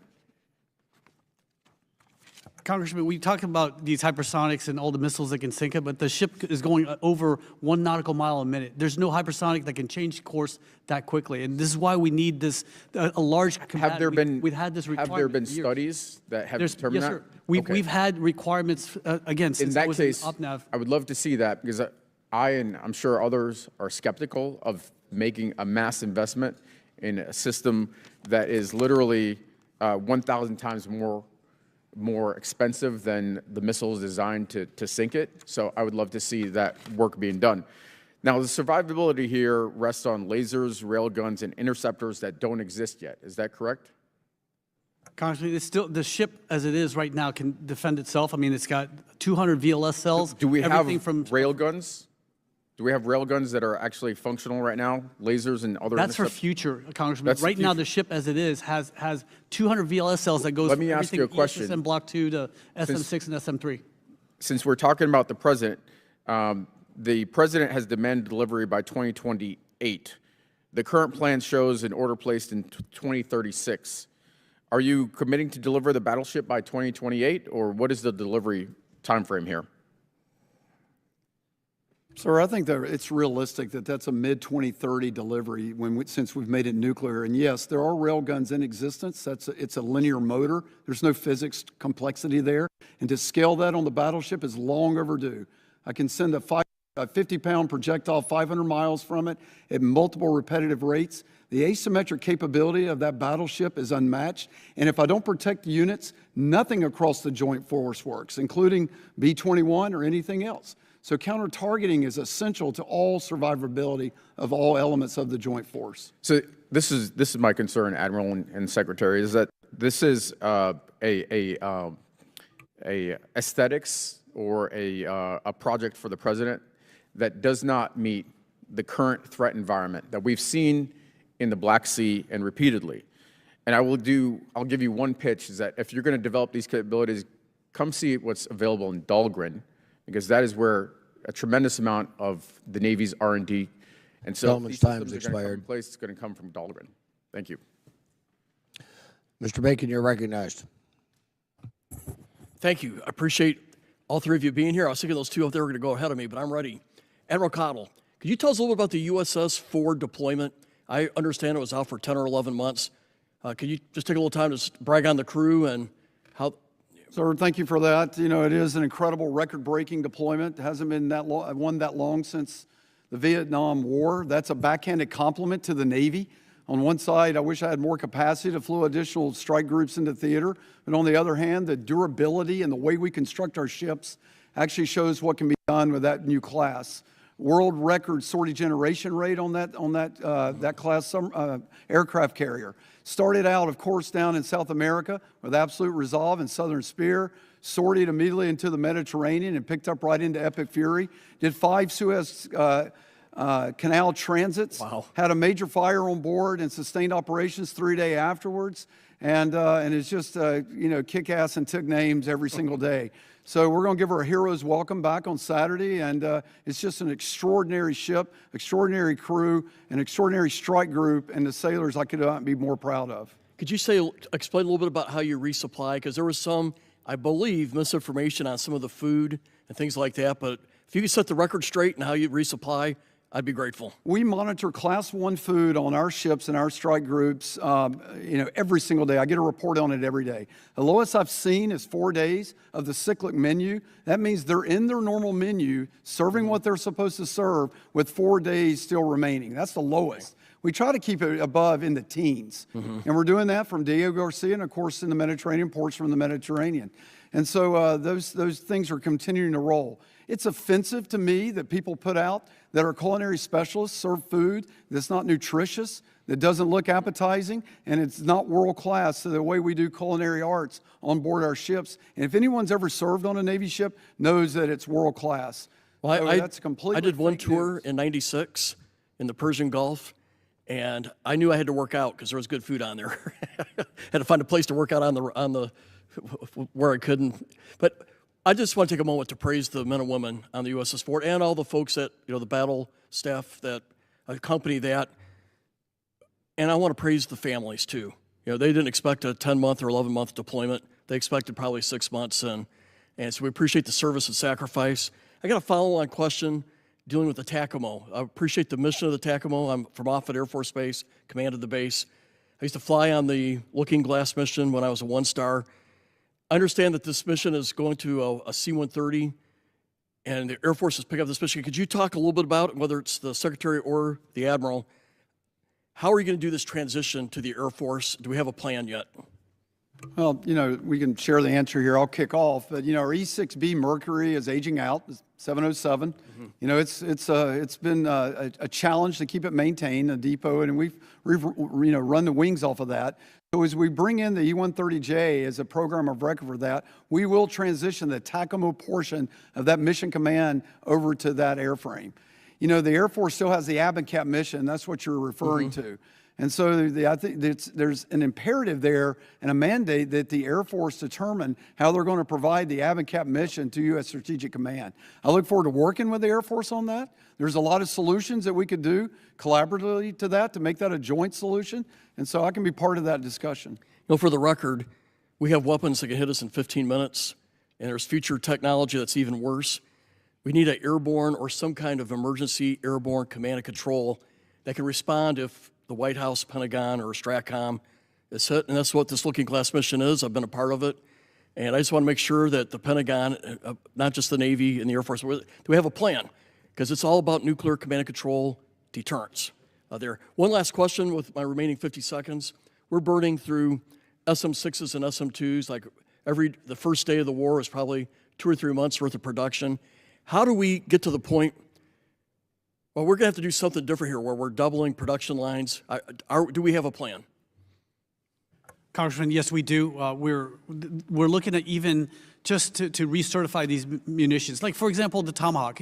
Look, I grew up poor. Things don't just expire, right? Just because the contractor said it does. Bread, you rub some water in it, microwave 15 seconds, it's ready to eat. So likewise, we were able to recertify hundreds of Tomahawk missiles to launch out there from Class Echo and Foxtrot to November. And likewise, with recertification of the Standard missiles, that's what we did, sir. We need to double production, I believe, and we've got to have a budget to do it. With that, I yield back. Thank you. Mr. Bell, you're recognized. Thank you, Mr. Chair. Thank you to the witnesses for being here today. Secretary Cow, last week I sent you a bipartisan, bicameral letter regarding the effort to relocate the Missouri Army, National Guard, Marine Corps Reserves, and Navy Reserve units currently located on 34 acres of property at St. Louis Lambert International Airport. The current facilities are outdated and need to be replaced with modernized long-term facilities. At the same time, these units must be relocated in order for Lambert to move forward with its multi-billion-dollar modernization and expansion project. In return, Lambert has identified a new larger parcel of land to serve as the permanent long-term location for the Guard and Marine Corps units, while the Missouri National Guard has identified historic buildings at Jefferson Barracks Air National Guard Station that can be renovated to support the Navy Reserve mission. Interim facilities would be used until those permanent locations are completed. The Missouri Army National Guard and Marine Corps Reserve have already expressed support for the temporary relocation proposal, including the use of interim facilities in North St. Louis. However, the Navy Reserve has not yet agreed to move forward with the temporary relocation plan, despite the significant economic and infrastructure implications associated with delaying the Lambert expansion project. Therefore, the proposal cannot move forward. This is not simply an airport issue. This project represents one of the largest economic development and modernization efforts in the St. Louis region, and delays could have major downstream impacts on construction timelines, regional growth, and future investment. The St. Louis region is a center of innovation, a major defense and manufacturing hub, and plays a critical role in strengthening our national security. St. Louis has shown that we are a reliable partner, and we are asking that you all be a reliable partner in return. So today I'm asking you to personally look into the issue and work with the Navy Reserve to understand the necessity and urgency of this temporary relocation. And will you commit to having your staff work with my office and local stakeholders to help resolve the current stalemate and move this project forward? Congressman, we will answer your letter, and we will work with you, sir. Thank you. And then, Secretary Cow, the Navy's FAXX program will play a critical role in maintaining carrier air wing superiority against increasingly advanced threats in the Indo Pacific. Given its importance, how is the Navy coordinating with the Air Force on sixth-generation fighter development to ensure interoperability where appropriate while avoiding unnecessary duplication and inefficiencies between FAXX and NGAD efforts? Congressman, thank you for that question. This is why we're having the Undersecretary of War for Acquisition Sustainment be kind of the arbitrator, make sure we're not making the same mistakes, just learning from the Air Force what they're doing. And by the end of the summer, we will have a down select for the FAXX so that we move forward. Again, learning from the Air Force, we will be able to accelerate and move that program out further. I mean, again, Carrier Air Wing, if you saw in Epic Fury and Absolute Resolve, that's the best way to get firepower downrange quickly. And the F-35 has done amazingly well, but we need a sixth-generation aircraft to thwart the next threat, sir. Thank you. I yield back. Mr. Higgins, you're recognized for 5 minutes. Thank you, Mr. Chairman. Secretary Cowell, much of the discussion around maritime industrial base focuses on major shipyards, but smaller regional shipbuilders are critical to meeting Navy demands. I think we can agree with that statement, and in the interest of time, can I humbly request a meeting, sir, with your senior staff in June, directly with your office regarding small shipyards in Louisiana? Absolutely, sir. I'll be there. Thank you, sir. I look forward to that meeting and our staffs working together. Admiral, Joint Reserve Base New Orleans plays a critical role and remains strategically important installation for both homeland defense and global force projection. I'm sure we agree. And they provide aggressor aircraft that prepare our combat aviators to succeed in forward theaters. Louisiana's reserve units have consistently delivered for the Navy, delivered operational capability at a high level, but aging platforms are creating increased sustainment and mission capability challenges. That statement is something I'm quite certain you're 100% in agreement with, and we can agree that there's a great deal of importance in readiness, pilot retention, and maintaining surge capacity in the reserve component. And I commend the Navy for addressing these challenges and for addressing fighter recapitalization efforts, such as transitioning from the legacy F-5 aircraft to the newer FA-18 platforms at Joint Reserve Base New Orleans. However, there was a but coming, right? However, it's reported that necessary simulators and maintenance contracts will not arrive in time to support the transition. Can you speak to that? What's the Navy doing? What can we do to help? Is there anything I'm not doing as a Louisiana representative? Please speak to that. So there's nothing more frustrating than to get a capability and not be able to train on it before you try to field it and make sure that pilots are ready to go and they've got the simulators and tubs, as we call them, that we're ready to actually do that. So let me take that for action to understand where we are in fielding that there and what the requirement is and if it's behind, why, and get back to you on what we're going to do to shore that up. Yeah, I would look forward to that communication. Can I humbly ask you as well, sir, for a senior staff meeting with my staff for an update on that within the next 3 or 4 weeks? Of course. Yes, sir. Thank you very much.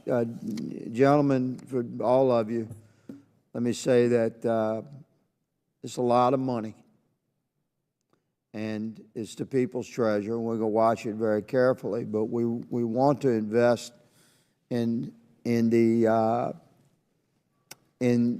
this era of development of an indomitable military. And none of us up here who question the professionalism and the intentions of your request, but we're going to have to look at every dollar very carefully. I'm sure you concur. I'm going to address pilot shortages for just a moment. My dad, I think, is one of the most concerning sort of internal threats that we face to our readiness and capability and our ability to project force. my dad was a Navy pilot in World War II. And it was fascinating to be his son. I can tell you, I ended up joining the Army. Maybe so that would have one interest in football weekend per year. But the challenges that the Navy and the Marine Corps face across the spectrum, just pilot retention and qualified pilots staying in uniform.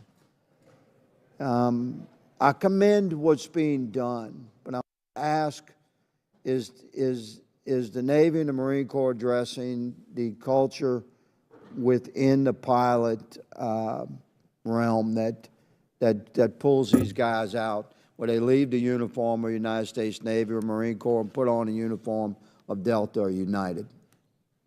Well, sir, I can tell you that we're in a pretty good place on our pilot retention. We're paying them a pretty handsome bonus to stay, and they want to be Marines. They signed up to fly tactical aircraft. That's what I like to hear. But there is a draw by the commercial industry to pull them away, paying them an exorbitant salary, and so we're Gentleman's always time is struggling. expired. Thank you, gentlemen. Thank you, Mr. Chairman. Mr. Sorensen, you're recognized for 5 minutes. Thank you, Mr. Chairman. I'd like to welcome Secretary Cow, Admiral Caudle, and General Smith for being here in committee. I am honored to be the only professional meteorologist serving in the Congress. Before the people elected me to serve them, I served in